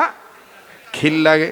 রশিদ আহমদ গঙ্গী রহমাতুল্লাহি আলাইহির চেহারাটা কালো বর্ণ হয়ে গেল, চোখ দুটি লাল বর্ণ হয়ে গেল। বাবাজি, মানুষ বিষ খাইলে, বিষক্রিয়া আক্রান্ত হইলে, বিষের আক্রমণে আক্রান্ত হইয়া মানুষ যেমন ছটফট করে, আমার বন্ধুগণ নিজের গালের গোস্ত দুই হাতের নখ দিয়া খামচা খামচি করে, দুই বাহুতে চাপ দিয়া ধরে, নিজের চুল আমার বন্ধুগণ চিরাচিরি করে। রশিদ আহমদ গঙ্গী রহমাতুল্লাহি আলাইহি এতটা না করলেও আমার বন্ধুগণ নিজের গালের গোস্ত নিজে চাপ মারতেছেন। একবার গলার মধ্যে চাপ দেয়, আর একবার মাথার মধ্যে ঠাসা দেয়, আর একবার দুই বাহু ধরে চাপ দেয়, আর একবার বুকের মধ্যে আমার বন্ধুগণ চাপ দেয়। হুজুর উলামায়ে কেরামগণ নজর করে দেখতেছেন আল্লাহর ওলি রশিদ আহমদ গঙ্গী রহমাতুল্লাহি আলাইহি প্রচণ্ড বেগে ঘামতেছেন, ঘামের পানি পড়তেছে। গঙ্গী রহমাতুল্লাহি আলাইহি কোনো কথা তিনি বলতে পারতেছেন না। বাজান, কেউ তার ভাষা বুঝতেছেন না। আল্লাহর ওলি উপরের দিকে তাকায়, আবার জমিনের দিকে তাকায়। রশিদ আহমদ গঙ্গী যখন অনুধাবন করতে পারলেন, বুঝতে পারলেন আমার অবস্থা কেউ বুঝতে পারতেছেন না। রশিদ আহমদ গঙ্গী রহমাতুল্লাহি আলাইহি এবার দ্বিতীয় কথা কাউকে না বলিয়া নিজে দুই হাত দিয়া নিজের বাম পায়ের হাঁটুটা সুন্দর করে ধরলেন। ধরিয়া আমার বন্ধুগণ বাম পাটা মেললেন, বাম পা মেলিয়া বাম পা দিয়া ওই পানির বদনা, মাটির বদনাটা ফেলে দিলেন লাথি দিয়া। বদনাটা যখন রশিদ আহমদ গঙ্গুইর রহমাতুল্লাহি আলাইহির বাম পায়ের লাথির আঘাতে পড়ে গেল, বদনার মুখ দিয়া, নালের মুখ দিয়া সব পানি আমার বন্ধুগণ সব বেড়ো হয়ে গেল। রশিদ আহমদ গঙ্গী রহমাতুল্লাহি আলাইহি যখন দেখলেন 4 ভাগের 3 ভাগ, 3.5 ভাগ পানি পড়ে গেছে, সামান্য পানি বদনার পেটে আছে। এবার গঙ্গী রহমাতুল্লাহি আলাইহি বাম হাত দিয়া আস্তে করে বাজান রে বদনাটা উঁচু করলেন। বদনা উঁচু করে বাকি আমার বন্ধুগণ পানি ফেলে দিলেন। পানি ফেলে দিয়া এবার উলামায়ে কেরামদেরকে ডাক দিয়ে বললেন, দেখো না আমার কারবার, যদি বাঁচতে চাও কালেমা লা ইলাহা ইল্লাল্লাহর জিকির করো। আওয়াজ দিয়ে বলেন না সুবহানাল্লাহ। এবার সমস্ত শাগরেদগণ গঙ্গী রহমাতুল্লাহি আলাইহির চতুর্দিকে দাঁড়ালেন। খুব খেয়াল করবেন, লা ইলাহা ইল্লাল্লাহর জিকির করলেন। লা ইলাহা ইল্লাল্লাহর জিকির যখন তিনি শুরু করলেন, আমার বন্ধুগণ গঙ্গী রহমাতুল্লাহি আলাইহি আস্তে করে দাঁড়াইলেন। দাঁড়াইয়া দুই হাত কিবলামুখী দিয়া আল্লাহকে ডাক দিয়ে বললেন, আল্লাহ ওই কবরওয়ালার কবর আযাব তুমি মাফ করে দাও, ওই কবরওয়ালার কবর আযাব তুমি মাফ করে দাও, ওই কবরওয়ালার কবরে আযাব তুমি মাফ করে দাও। 3 বার যখন বললেন রে বাবা, উপস্থিত ওলামায়ে কেরাম বললেন আল্লাহুম্মা আমিন। আলেমগণ শাগরেদগণ তিনারও বললেন 3 বার আল্লাহুম্মা আমিন। এইবার গঙ্গী রহমাতুল্লাহি আলাইহি বসে পড়লেন।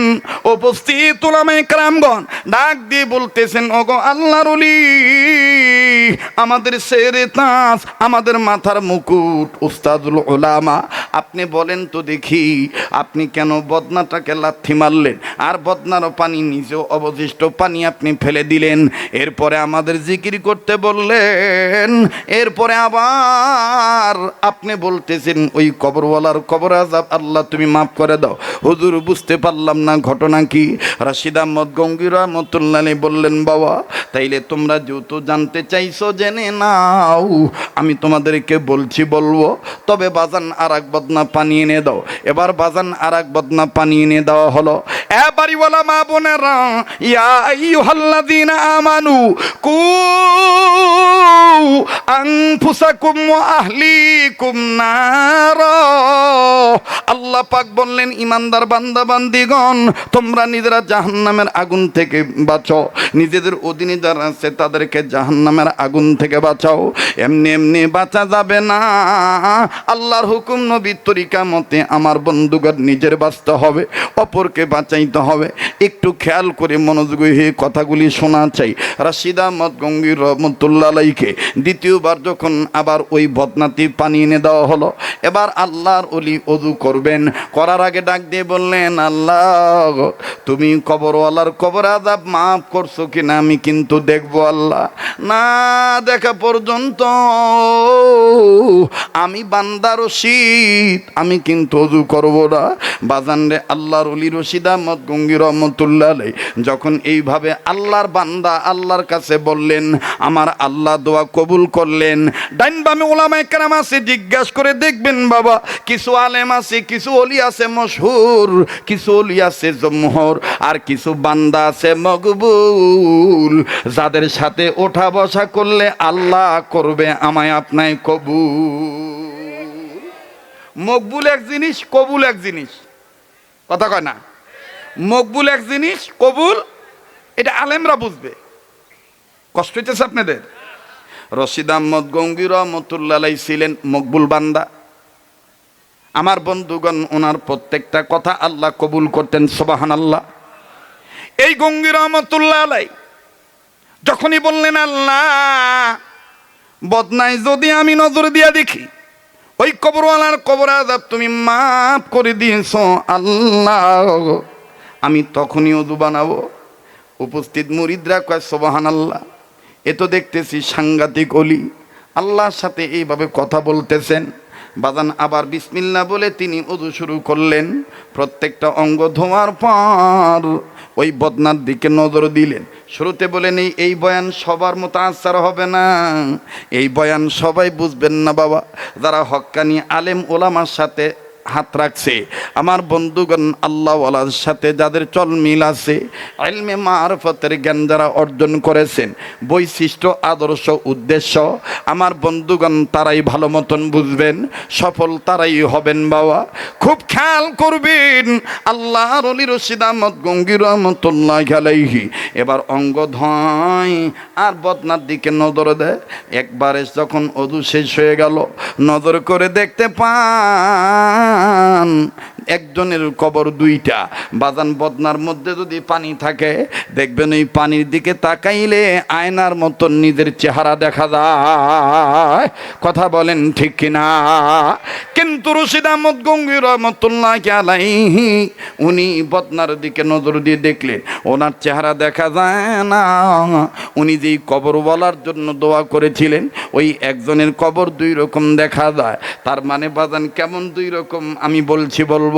উপস্থিত আলেমরা ডাক দিয়ে বললেন, ওগো আল্লাহর ওলি, আপনি বলেন তো দেখি, মাটির বদনায় আপনি লাথি মারলেন কেন, পানি কেন ফেলে দিলেন, আর আপনার গলা এরকম আটকায় গেল কেন, চেহারা কেন কালো হয়ে গিয়েছিল, চোখ দুটি কেন লাল হয়ে গিয়েছিল? রাশিদ আহমদ গঙ্গী রহমতুল্লাহ আলাইহি বললেন, বেটা রে, তোমরা আমার ছাত্র, আমি তোমাদেরকে বলি বাবা, আমি যখন এই বদনা দ্বারা ওযু করতেছিলাম, আমি যখন হাত ধুয়ে মুখে পানি দিতেছিলাম, হঠাৎ করে একবার মুখে পানি দেওয়ার পর আমার মুখটার মধ্যে বিশ্রী একটা দুর্গন্ধ লাগলো, আর পানিটা এত তিতা, এই পরিমাণ তিক্ত, আমার দাঁতের মাড়ি, আমার দাঁতের গোড়াগুলি অবশ হয়ে গেল, আমি জবান খুলতে পারতে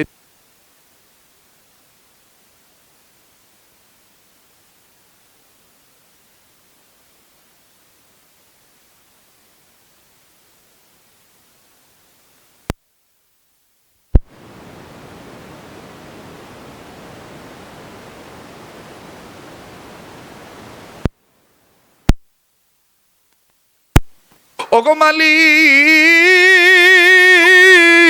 এই বদনার ভিতরে কি ঝামেলা? আমার আল্লাহ তখন আমাকে ডাক দিয়ে বললেন, বান্দারে, এই যে বদনার পানি দ্বারা তুমি ওযু করতেছিলা, এই বদনাটার জন্য আজকে তোমার এই দুরবস্থা। বলে কেন কেন? ডেকে ডেকে বলতেছেন, বান্দা রশিদ, তুমি শুনে নাও, এই বদনাটা যেই এলাকার মাটি দিয়ে বানানো হয়েছে, ওই এলাকার মাটির নিচে আলেম বিরোধী, আলেম বিদ্বেষী, বেআমলি, গুনাহগার, কোরআনকে অপমান করা একজন ব্যক্তি, গুনাহগার বান্দা শুয়ে আছে। ওই ব্যক্তির কবর আমি আযাব দিয়েছি, এমন আযাব দিয়েছি, তার ওই কবরবাসীর আযাবের কারণে প্রতিবেশীর যত মাটি আছে, ওই অঞ্চলের ওই এলাকার যত মাটি আছে, সব মাটি তিতা হয়ে গেছে, সব মাটি দুর্গন্ধ হয়ে গেছে। বদনার যে কারিগর ছিল, যে কুমার ছিল, এই কুমার যখন বদনা বানায়, ওই কবরে আযাব যুক্ত মাটি দিয়ে এই বদনাটা বানানো হয়েছে। তুমি যত বান্দা নেকার, আমি আল্লাহ তোমারে ধরায় দিলাম, এই বদনাটার মাটি হলো গুনাহগার বান্দার কবরের আযাবের অংশের মাটি। নাউজুবিল্লাহ, জোরে বলেন না নাউজুবিল্লাহ। এবার আলেমগণ ডাক দিয়ে বলতেছেন, ওগো আল্লাহর ওলি, এরপরে কি হলো? কষ্ট হইতেছে আপনাদের? বিরক্ত হয়েছেন? আপনি বিরক্ত হইতেছেন? আর 10-15 মিনিট দেওয়া যাবে কি যাবে না? বলেন, দেওয়া যাবে কি যাবে না? তাহলে আরেকবার বলেন আল্লাহু আকবার, আবার বলেন আল্লাহু আকবার।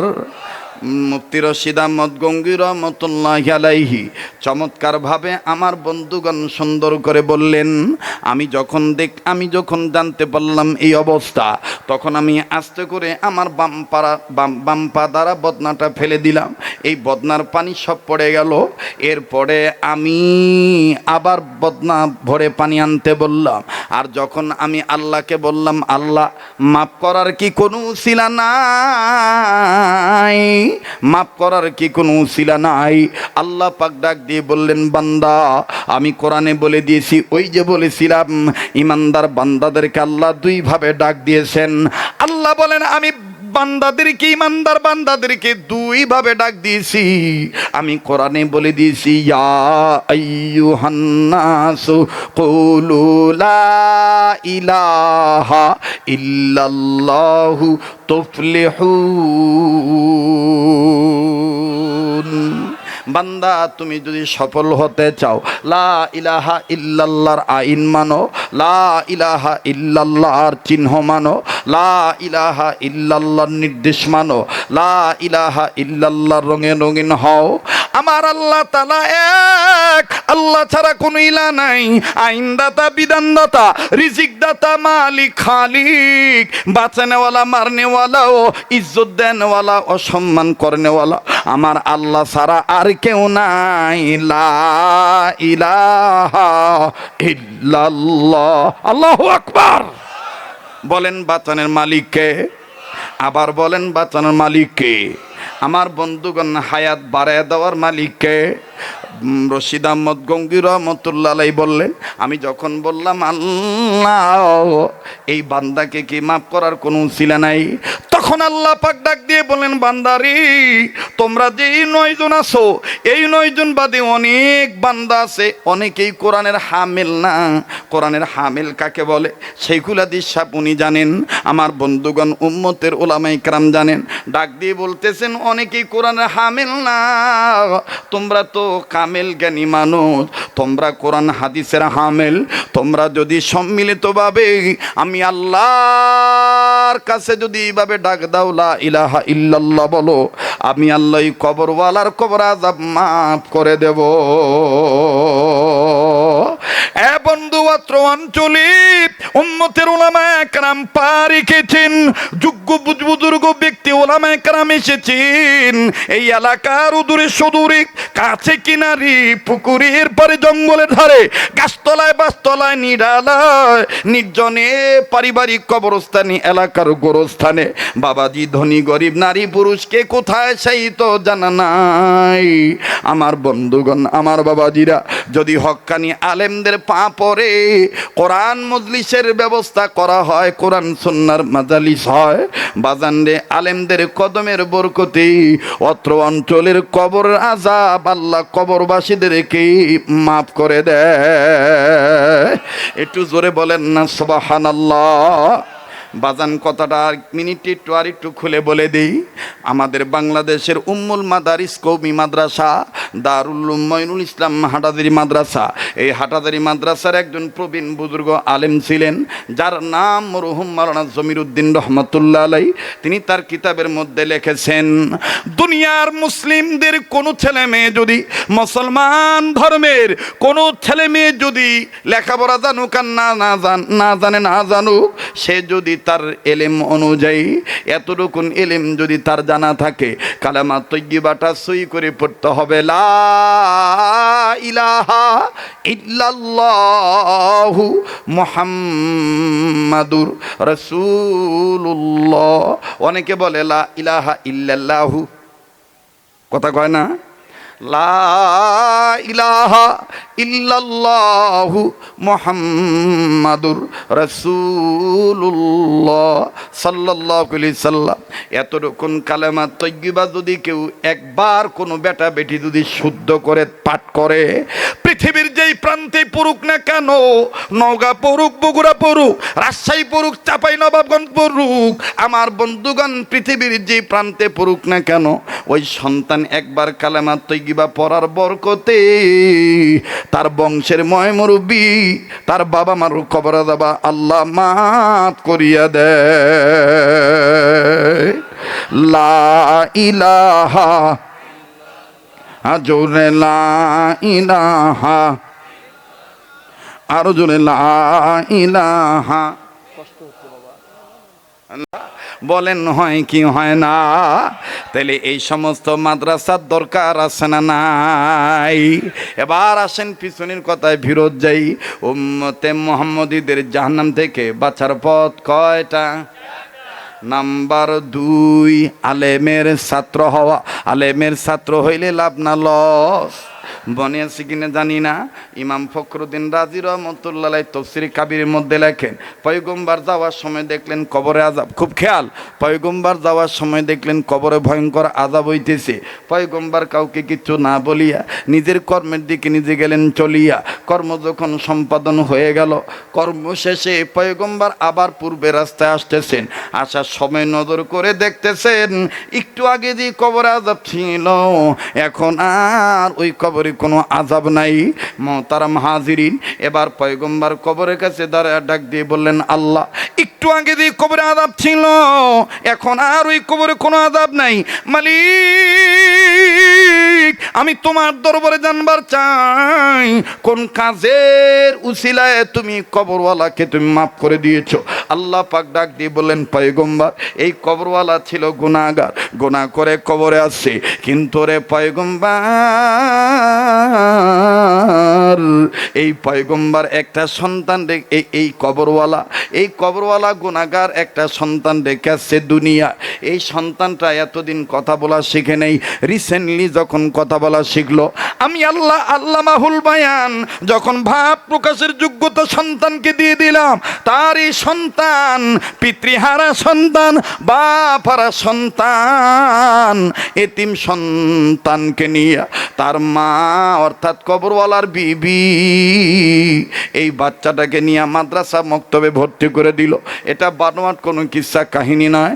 অবাজান ফখরুদ্দিন রাজি রহমতুল্লাহ আলাইহি তাফসীর কাবীরের মধ্যে লিখেছেন, আল্লাহর পয়গম্বরকে আল্লাহ ডাক দিয়ে বললেন, বান্দা আমার, এই কবরওয়ালার বিবি এতিম সন্তানটাকে যখন মাদ্রাসা মক্তবে ভর্তি করে দিল, আর মাদ্রাসা মক্তবে ভর্তি হইয়া এই বাচ্চাটা আলেমের ছাত্র হইয়া যখন সর্বপ্রথম একটা সবক আদায় করলো, এমন একটা সবক আদায় করলো যে এক সবকের মধ্যে আমি আল্লাহর স্পেশাল 3টা নাম আছে, আর আমার স্পেশাল 3টা নামের সাথে আমি আল্লাহর গোপন 3000 নাম লাগানো আছে।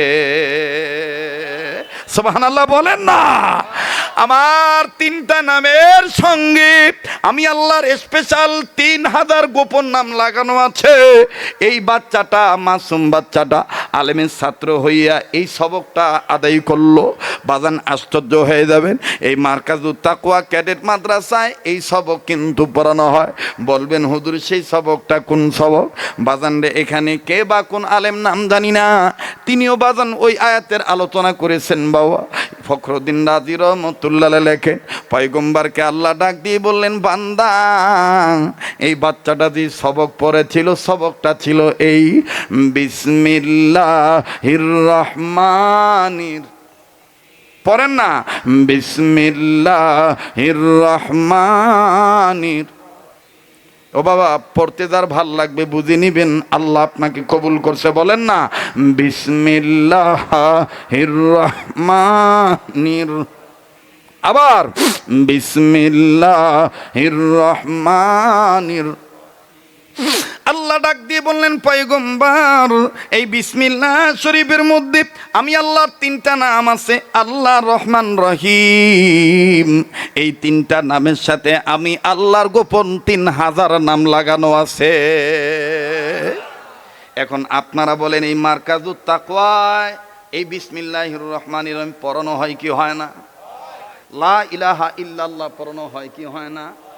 তাহলে আমি আপনি যদি সফল হতে চাই, এই মাদ্রাসাগুলো দরকার আছে না নাই? ইসলামিক ক্যান্টনমেন্ট, ইসলামিক দুর্গ রাখা দরকার আছে না নাই? কারা কারা নিজের বংশের মুরব্বিদের কবরে আযাব মাফের আশায় এই প্রতিষ্ঠান প্রতিষ্ঠিত হোক, এটা কারা কারা চান? একটু হাত তুলে দেখান তো দেখি। নারায়ে তাকবীর। হাত নামান। বাবাজি কেন হাত উঠাইলাম? এই পাগলের হাতকে অবহেলা করবেন না। আল্লাহ পাক প্রত্যেকটা বছর মক্কা মদিনায় নিয়ে যায়। বাজান রে, প্রতি বছর বারবার আল্লাহ তার ঘরে নিয়ে যায়। এই হাতটা দিয়া বারবার কাবা ধরি। মুসলমান ভাইরা আমার, এই হাত আল্লাহওয়ালাদের হাতের সাথে লাগানো। ও বন্ধু,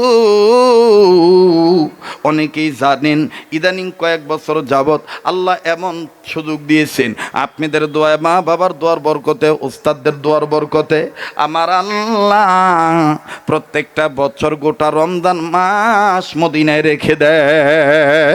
গোটা রমজান মাস আমি মদিনায় থাকি, ঈদ করার পরে দেশে আসি। কথা দিচ্ছি বন্ধু, আমি কিন্তু আপনাদের দূরের কেউ নয়, সারা বাংলাদেশ সহ বহির্বিশ্বে যত রাষ্ট্রে যাই বাজানো, নওগাঁবাসী কিন্তু আমার আত্মার আত্মীয়, রক্তের ভক্ত।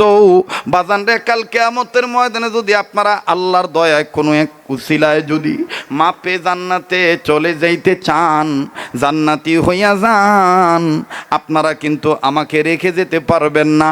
আর যদি আল্লাহ কোনো কারণে আমাকে মাফ করে ভেস্তবাসী বানায় দেয়, বাজান রে, আমার সাথে কিন্তু আপনারাও যাওয়ার অধিকার রাখে। কথাগণ ঠিক কিনা? এই জন্য আত্মার আত্মীয় হইয়া রক্তের ভক্তদের কাছে আপন মনে করে একটা কথা বলতে চাই। বাজান খুব খেয়াল করে শুনবেন বন্ধু। আল্লাহ তাআলা বলেছেন, ইমানদার বান্দা বান্দিগণ, তোমরা নিজেরা জাহান্নামের আগুন থেকে নিজেরা বাঁচো, অপরকে বাঁচাও। আমার বন্ধুগণ, আমার ভাইরা, প্রতিশ্রুতি নিতে চাই, আমার এই কাবা ধরা হাতের সাথে হাত উঠাইয়া একসাথে দোয়া করে যাবেন ইনশাআল্লাহ। তৈরি আছেন তো ইনশাআল্লাহ? আল্লাহ কবুল করেন, জোরে বলেন আমিন। দোয়ার আগে উপস্থিত উলামায়ে কেরামদের সম্মুখ পানে বাজান বসিয়া আপনাদেরকে নিয়া আমি ছোট্ট একটা আবদার করব। জবান খুলে বলেন তো দেখি, কোরআনুল কারীমের শিক্ষা দীক্ষার পক্ষে যদি আমি আমার ভাইরা আগায় আসি, বলেন আমাকে আপনাকে মাফ করে দিবেন কে? আবার বলেন কে? ওয়াল্লাহু ইয়াদউ ইলাল জান্নাতি ওয়াল মাগফিরাহ বিইذনিহি ওয়া ইউবাইয়িনু আয়াতিহি লিন-নাস। যে মানুষগুলি আল্লাহ ডাকে সাড়া দিবে, আমি আল্লাহ তাদের গুনাহ মাফ করে দেব, আমলনামায় জান্নাত লিখে ধন্য করে দেব। বাজান, আল্লাহর কথা সত্য না অসত্য? বলেন বলেন, সত্য না অসত্য? এই সত্য কথার পক্ষে আমরা আছি তো ইনশাআল্লাহ। কাজী বাদান লম্বা করব না, কাবা ধরা হাত উঠাইয়া আপনাদেরকে নিয়ে একসাথে সম্মিলিতভাবে মোনাজাত করব। নেমে এখান থেকে ঢাকার উদ্দেশ্যে রওনা দেব। বাবাজি মুসাফির হালতে আসি, আপনাদের জন্য দোয়া করব। পারলে দিবেন, না পারলে না দিবে। শুধু জবান খুলে বলেন তো দেখি, কোরআন শরীফ কয় পারা? কথা কয় না, আবার বলেন কয় পারা? এই 30 পারা কোরআনকে যদি আপনি 10 পারা 10 পারা করে ভাগ করেন, 3 ভাগ, কয় ভাগ হয়? জোরে কন। 1 ভাগ কোরআনের পক্ষে 10 পারা কোরআনুল কারীমের পক্ষে। যুবক বন্ধু, মুরব্বী বাবারা, এখন ওঠা মানেই কোরআনের সাথে আদবের খেলাপ করা। শেষ ভালো সব ভালো তার। একটু বাজান মহাব্বত করে কথাগুলি শুনে মানার চেষ্টা করবে। পারলে দিবেন, না পারলে না দিবে।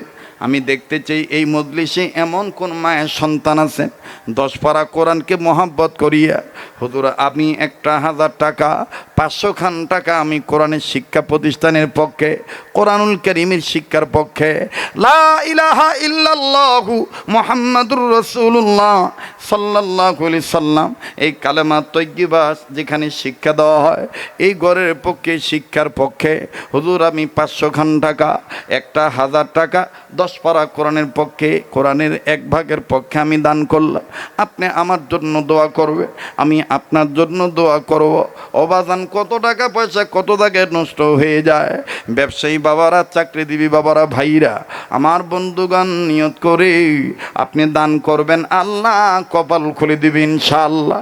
আসেন কোন বাজান, হুজুর আমি 1000 টাকা 500 খান টাকা আমার মা বাবার রুহের মাগফিরাত কামনায়, দাদা দাদির রুহের মাগফিরাত কামনায়, মই মুরব্বিদের রুহের মাগফিরাত কামনায় হুজুর আপনার হাতে আমি এই অর্থটা দান করলাম। আপনি আমার জন্য দোয়া করবেন, আল্লাহ পাক কবুল করবেন ইনশাআল্লাহ। যুবক বন্ধুরে হিম্মত করো, রব কপাল খুলে দিবে। ব্যবসায়ী বাবারা, কার জানি ছেলে মেয়ে লেখাপড়া করে, কার জানি ব্যবসা বাণিজ্যে বরকত হয় না, কার জানি কঠিন রোগ দূর হয় না। আল্লাহ তোমার একজন গোলাম 500 খান টাকা রব্বে কাবা তুমি কবুল করো। আয় আল্লাহ আপনার আর একজন গোলাম 500 খান টাকা রব্বে কাবা 1 ভাগ কোরআন শরীফের পক্ষে, 10 পারা কোরআনের পক্ষে তোমার আর একজন বান্দা 500 খান টাকা আল্লাহ তুমি কবুল করো। রব্বে কাবা তোমার আর একজন গোলাম 500 খান টাকা। ইয়া আল্লাহ আপনার আর একজন বান্দা কিছু অর্থ মালিক, এই ক্ষুদ্র দানকে আপনি বৃহৎ আকারে কবুল করেন। আয় আল্লাহ আপনার একজন বান্দা কিছু অর্থ একটা নিয়ত করে এই কাবা দ্বারা হাতে দিবে, আল্লাহ আপনি এদের জানে মালে বরকত দিয়ে দেন। রব্বে কাবা আপনি কপাল খুলে দেন। আয় আল্লাহ আপনার আর একজন বান্দা 500 খান টাকা, আল্লাহ আপনার আর এক বান্দা 500 খান টাকা, রব্বে কাবা আপনার আর একজন 500 খান টাকা। আরে বন্ধু 10 পারা কোরআনের মহাব্বত একটা নিয়ত করে আপনি দান করবেন। মনে রাখবেন কিয়ামতের ময়দানে নবী আর কোরআনুল কারীম কিন্তু আমার আপনার পক্ষে সুপারিশ করার অধিকার পাবে। ওবাজান নিয়ত করে আপনি দান করবেন, আল্লাহ পাক কবুল করবেন। পর্দার আড়ালের মা বোনেরা, নিজের সন্তানদের নামে, মা বাবার নামে, শ্বশুর শাশুড়ির নামে আপনি কিছু অর্থ ময়দানে পাঠিয়ে দিবেন। কার দান কখন কবুল হবে এটা আমার আল্লাহ রব্বুল আমিন ভালো জানে। একটা নিয়ত করে দিবেন, আয় আল্লাহ আপনার একজন বান্দা কিছু অর্থ মাবুদ কবুল করিয়ে নেন, মালিক আপনি মঞ্জুরি দিয়ে দেন। আল্লাহ আপনার আর এক বান্দা 500 খান টাকা, রব্বে কাবা আপনার আর একজন বান্দা কিছু অর্থ, আল্লাহ আপনি দানকে কবুল করেন। দানের খবর মদিনে পৌঁছে দেন, জানে মালে বরকত দিয়ে দেন। আল্লাহ আমার আর এক বাজান কিছু অর্থ, আল্লাহ আমার আর এক মুরব্বী বাজান কিছু অর্থ, আল্লাহ এই ক্ষুদ্র অর্থকে বৃহৎ আকারে আপনি কবুল করেন। আল্লাহ 10 পারা কোরআনের মহাব্বত আমি দেখতে চেয়েছি। আয় আল্লাহ আপনার আর একজন বান্দা 500 খান টাকা আল্লাহ আপনি কবুল করেন। অনেক ভাই বোনদের আহারে এক্সাম চলতেছে, পরীক্ষা শুরু হয়ে গেছে বা যাবে, নিয়ত করে দান করবেন, আল্লাহ পাক কবুল করবেন ইনশাআল্লাহ। আয় আল্লাহ আপনি মঞ্জুরি দিয়ে দেন, আল্লাহ দানের খবর মদিনে পৌঁছে দেন, জানে মালে বরকত দিয়ে দেন। আয় আল্লাহ এই দানের দ্বারা দানকারীর বংশের ময় মুরব্বীদের কবর আযাব মাফ করে দেন। 10 পারা কোরআন শরীফকে মহব্বত করে কোরআন 3 ভাগ আমার বন্ধুগান হিসাব করে করেছি। 1 ভাগ কোরআনের পক্ষে আপনি টাকা দিবে। যুবক বন্ধু একটা কোরআনের হাদিয়া 200 খান টাকা, একটা কোরআন শরীফের হাদিয়া ক্রয় করতে গেলে বর্তমান বাজারে 300 টাকা বা 400 টাকা 500 টাকা লাগে। এমন কোন 10 জন যুবক আছে, 10টা যুবক বন্ধুর কাছে আমি একটু এক্সেপশনাল, একটু আলাদা এক্সট্রা করে 10টা যুবক বন্ধু চাই, হয় 200 টাকা নতুবা 300 টাকা। একটা মাশাআল্লাহ চাপায় নবাবগঞ্জবাসী আমার অতি আদরের মোহাব্বতের আশিকি এলাকা, আল্লাহ পাক তুমি কবুল করে নাও মালিক, তুমি মেহেরবানি করে মঞ্জুরি দিয়ে দাও। চাপাই নবাবগঞ্জের একজন ভাই 500 খান টাকা নগদ দিয়ে দিয়েছে আল্লাহ। আল্লাহ তোমার আর একজন বান্দা 500 খান টাকা রব্বে কাবা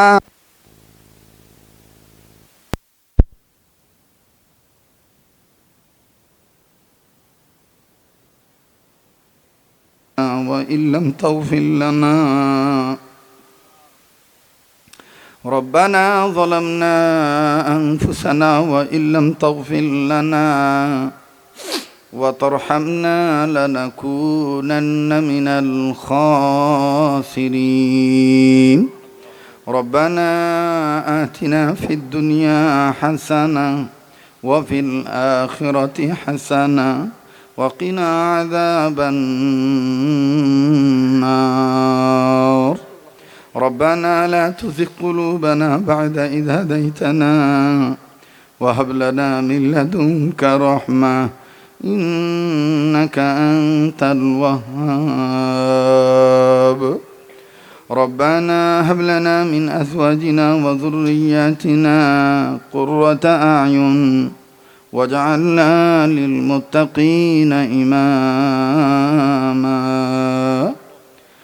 رب هب لي من الصالحين رب هب لي من الصالحين رب اجعل لي مقيم الصلاة ومن ذريتي ربنا وتقبل دعاء ربنا ولا تحملنا ما لا طاقة لنا به واعف عنا واغفر لنا وارحمنا أنت مولانا فانصرنا على القوم الكافرين أنت مولانا فانصرنا على القوم الحاسدين أنت مولانا فانصرنا على القوم الفاسقين أنت مولانا فانصرنا على القوم المنافقين أنت مولانا فانصرنا على القوم الظالمين ربنا ولا تحملنا ما لا طاقة لنا به واعف عنا واغفر لنا وارحمنا أنت مولانا فانصرنا على القوم الكافرين اللهم أعز الإسلام والمسلمين اللهم أعز الإسلام والمسلمين اللهم انصر الإسلام والمجاهدين المسلمين اللهم انصر الإسلام والمجاهدين الفلسطين اللهم انصر الإسلام والمجاهدين الكشمير اللهم انصر الإسلام والمجاهدين الأفغانستان والشيشان والتاجيكستان والبنغلاديش اللهم أعز الإسلام والمسلمين اللهم أعز الإسلام والمسلمين اللهم إني ظلمت نفسي ظلما كثيرا اللهم حاسبني حسابا يسيرا رب ارحمهما كما ربياني صغيرا رب ارحمهما كما ربياني صغيرا ربنا اغفر لي ولوالدي وللمؤمنين يوم يقوم الحساب ربنا اغفر لي ولوالدي وللمؤمنين يوم يقوم الحساب اللهم إياك نعبد وإياك نستعين اهدنا الصراط المستقيم صراط الذين أنعمت عليهم صراط الذين أنعمت عليهم صراط الذين أنعمت عليهم غير المغضوب عليهم ولا الضالين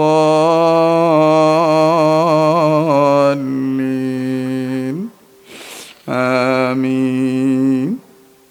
اللهم إياك نعبد ولك نصلي، اللهم إياك نعبد ولك نصلي، اللهم إياك نعبد ولك نصلي ونسجد وإليك نسعى، ونسجد وإليك نسعى.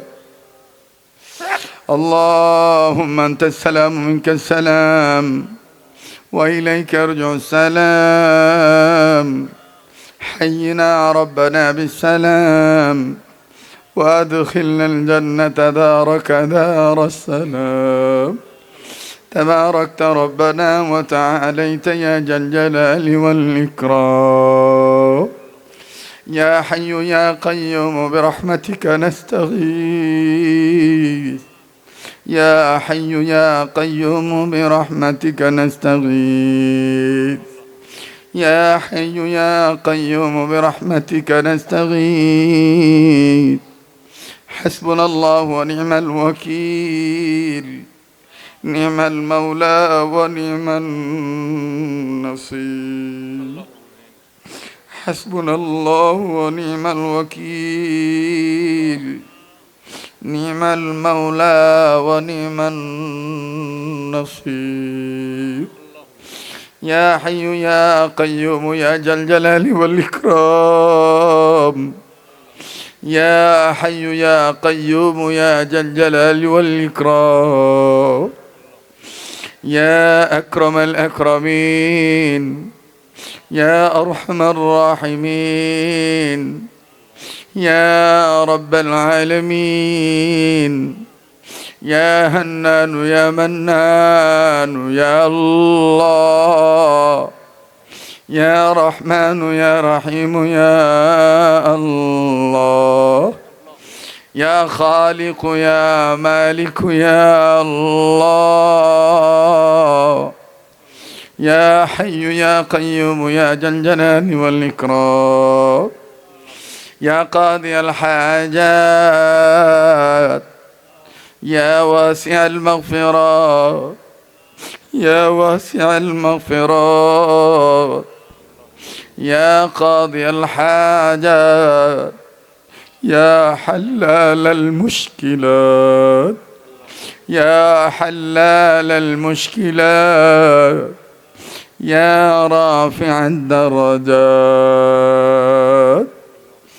اللهم صل على سيدنا ومولانا محمد وعلى آل سيدنا ومولانا محمد صلاة تنجينا بها من جميع الأهوال والآفات وتقضي لنا بها جميع الحاجات وتطهرنا بها من جميع السيئات وترفعنا بها عندك أعلى الدرجات وتبلغنا بها أقصى الغايات من جميع الخيرات في الحياة وبعد الممات، من جميع الخيرات في الحياة وبعد الممات، إنك على كل شيء قدير.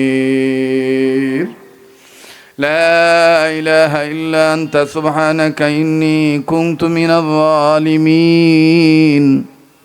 لا إله إلا أنت سبحانك إني كنت من الظالمين. فاستجبنا له ونجيناه من الغم وكذلك ننجي المؤمنين. ربنا تقبل منا إنك أنت السميع العليم. ربنا تقبل منا إنك أنت السميع العليم. ربنا تقبل منا إنك أنت السميع العليم. ربنا تقبل منا إنك أنت السميع العليم. ربنا تقبل منا إنك أنت السميع العليم ربنا تقبل منا إنك أنت السميع العليم ربنا تقبل منا إنك أنت السميع العليم وتب علينا يا مولانا إنك أنت التواب الرحيم أستغفر الله الذي لا إله إلا هو الحي القيوم وأتوب إليه لا حول ولا قوة إلا بالله العلي العظيم أستغفر الله أستغفر الله أستغفر الله إن الله غفور رحيم ইয়া আল্লাহ আপনি আমাদের জীবনের গুনাহগুলি মাফ করে দেন ইয়া আল্লাহ আপনি আমাদের অতীতকে ক্ষমা করে দেন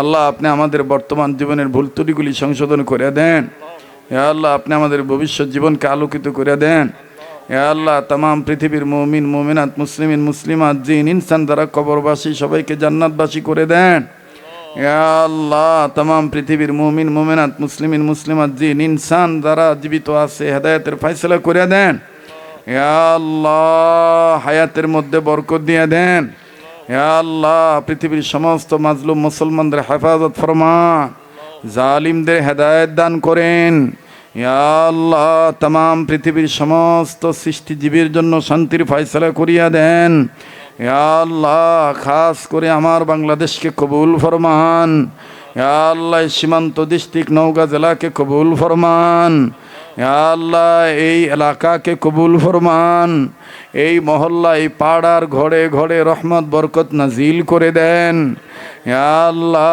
যেই ঘরে স্বামী স্ত্রীর জীবনে সুখ নাই সুখ শান্তির ব্যবস্থা করে দেন মিল নাই মিল মোহাব্বত পয়দা করে দেন ইয়া আল্লাহ যাদের সন্তানাদি হয় না নেককার সন্তানাদি দান করে দেন ইয়া আল্লাহ যেই ঘরের নারী পুরুষ ধনী গরিব বুড়া জওয়ান আল্লাহ হাসপাতালের বেডে ক্লিনিকের বেডে বাড়ি ঘরের বিছানার রুগী হয়ে পড়ে আছে তাদের রোগকে ভালো করে দেন তাদের বিমার থেকে বিমারওয়ালাদেরকে শেফা দান করে দেন ইয়া আল্লাহ আপনি সুস্থ করে দেন ইয়া আল্লাহ যারা অভাবে আছে অভাব দূর করে দেন আল্লাহ যারা ঋণী আছে ঋণ পরিশোধ করার ব্যবস্থা করে দেন ইয়া আল্লাহ যেই ঘরের বাসিন্দারা বেআমলি বেনামাজি আল্লাহ তাদেরকে আমল ওয়ালা বানিয়ে দেন আল্লাহ ওয়ালা বানিয়ে দেন ইয়া আল্লাহ খাস করে এই এলাকার অদূরে সুদূরে কাছে কিনারে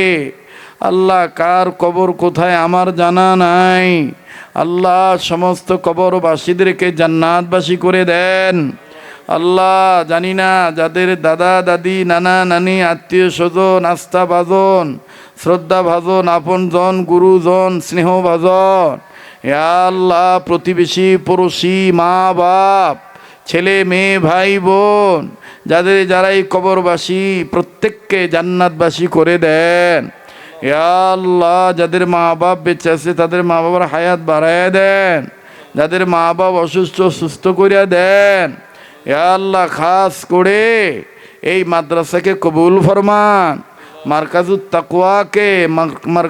তাকওয়া ক্যাডেট মাদ্রাসাকে কবুল ফরমান মকবুল প্রতিষ্ঠান হিসাবে মঞ্জুরি দিয়ে দেন ইয়া আল্লাহ মকবুল এদারা হিসাবে কবুল ফরমান ইয়া আল্লাহ মকবুল বান্দাদের উসিলায় আমাদের এই প্রতিষ্ঠানকে মকবুল বানায় দেন ইয়া আল্লাহ কবুল করিয়ে নেন ইয়া আল্লাহ যারা সন্তান দিয়েছে যারা পড়ায় পড়নেওয়ালা দান করনেওয়ালা দান নেওয়ালা आया अल्लाह आने वाला जाने वाला बयान करने वाला बयान सुनने वाला अल्लाह मदरसा के मोहब्बत करने वाला अल्लाह मेहरबानी करे सबार जन्य दोया करतेছি कबूल करे नेन आजकेर महफिलेर मान्यवर प्रधान अतिथि प्रधान मेहमान आया अल्लाह एनादेरके कबूल फरमान अल्लाह आमादेर उस्तादुल उलामा उस्तादुल असातिजा अल्लाह अल्लामा हफिजुर रहमान हुजूर हायातेर मध्य भरपूर बाराका दान करें आफियतेर जिंदगी दान करें सेहत के भालो राखें या अल्लाह आरो जतो उलामाए कराम आছেন আল্লাহ প্রত্যেকের হায়াতের মধ্যে ভরপুর বরকত দান করেন। আল্লাহ উলামাদের ছায়াকে উম্মতের জন্য লম্বা করে দেন। আল্লাহ যত বুজুর্গ উলামায়ে কেরাম আমরা হারাইছি, খাস করে আমার শেখ মুর্শিদ আল্লামা শেখুল ইসলাম আহমদ শফি রহমতুল্লাহ আলাইহি সহ, ইউসুফ নিজামি রহমতুল্লাহ আলাইহি সহ, ফকিউল মিল্লাত মুফতি আব্দুর রহমান রহমতুল্লাহ আলাইহি সহ, চিশতিয়া, কাদরিয়া, নকশবন্দিয়া, সোহরাওয়ার্দিয়ার যত বুজুর্গরা ইন্তেকাল করেছেন, সমস্ত বুজুর্গদেরকে জান্নাতুল ফেরদৌসের উচ্চ মাকাম দান করে দেন। প্রত্যেকের দরজাতকে বুলন্দ করে দেন। যত বুজুর্গরা বর্তমান বেঁচে আছেন, আল্লাহ সমস্ত বুজুর্গ ওলামায়ে কেরামদের হায়াতের মধ্যে ভরপুর বরকত দেন, আফিয়তের জিন্দেগি দান করেন, সেহাতকে ভালো রাখেন। আয় আল্লাহ আজকের মাহফিলের সভাপতি সাহেবের হায়াতের মধ্যে বরকত দিয়ে দেন, ওনার ব্যবসা বাণিজ্যে বরকত দিয়ে দিন, ওনার বংশের মুরব্বী যারা কবরবাসী তাদেরকে জান্নাতবাসী বানিয়ে দেন। আল্লাহ আজকের মাহফিলে যারা বক্তব্য দিয়েছে সমস্ত ওলামায়ে কেরামদের কবুল করেন। যিনি উপস্থাপনা করেছেন, মাহফিল পরিচালনা করলেন, তাকেও কবুল করেন। মাদ্রাসার পরিচালক মাওলানা আরাফাত হুসাইনকে আপনি কবুল করেন। আয় আল্লাহ হাফিজ সাহেবের মুজাহেদাকে আপনি কবুল করেন। ইয়া আল্লাহ তার বাবার হায়াতের মধ্যে বরকত দিয়ে দেন। আল্লাহ এখানে অনেক দিনের দায়ী ওলামায়ে কেরাম আছে, তরুণ ওলামায়ে কেরাম আছেন। আল্লাহ সমস্ত আলেমদের হার লাইনে তারাক্কি দান করে দেন। ওরাফানা আলাকা যিকরাক, আল্লাহ আপনি তাদের মাকাম বাড়ায় দেন। নবীদের ওয়ারিসের মাকাম তো আপনিই বাড়াবেন, ওয়ারাসাতুল আম্বিয়াদের ইজ্জত তো আপনিই করবেন। আপনি মেহরবানি করে আলেমদের হায়াতের মধ্যে বরকত দিয়ে দেন, হার লাইনে তারাক্কি দান করে দেন। আল্লাহ স্কুল, কলেজ, ভার্সিটি, মাদ্রাসা, ছাত্র ছাত্রী, ভাই বোন, যুবক যুবতী যারা লেখাপড়া করে তাদের মেধা শক্তি, প্রজ্ঞা শক্তি, ব্রেন শক্তি, আল্লাহ আমল আখলাক আপনি উন্নত করে দেন, আপনি উন্নত করে দেন। ইয়া আল্লাহ আপনি মেহরবানি করে অত্র অঞ্চলের মা বোনদেরকে পর্দানিশী বানিয়ে দেন, মা বোনদেরকে পর্দানিশী বানিয়ে দেন। আল্লাহ যারা দান করছে এই কম বেশ দান সবার দানকে কবুল করেন। ইয়া আল্লাহ যারা আমার লিখিত কিতাব নিচ্ছে, নিবে, এই 100 টাকার বরকত কোটি কোটি গুণে মিলাই দিয়েন। এই বই কিতাব যেই ঘরে ঢুকবে এই ঘরটাকে নূরানি ঘর, আমলদারদের ঘর বানিয়ে দিয়েন। ইয়া আল্লাহ আমাদের জীবনকে সফল জীবন বানিয়ে দেন, মরণকেও সফল মরণ বানিয়ে দিয়েন। ইয়া আল্লাহ অত্র এলাকার ভাই বাবা যারা আছে, বন্ধু যারা আছে, আল্লাহ এই পুরুষ লোকদের হায়াতের মধ্যে বরকত দিয়ে দেন, নারীদেরকেও আপনি বরকতপূর্ণ হায়াত দেন।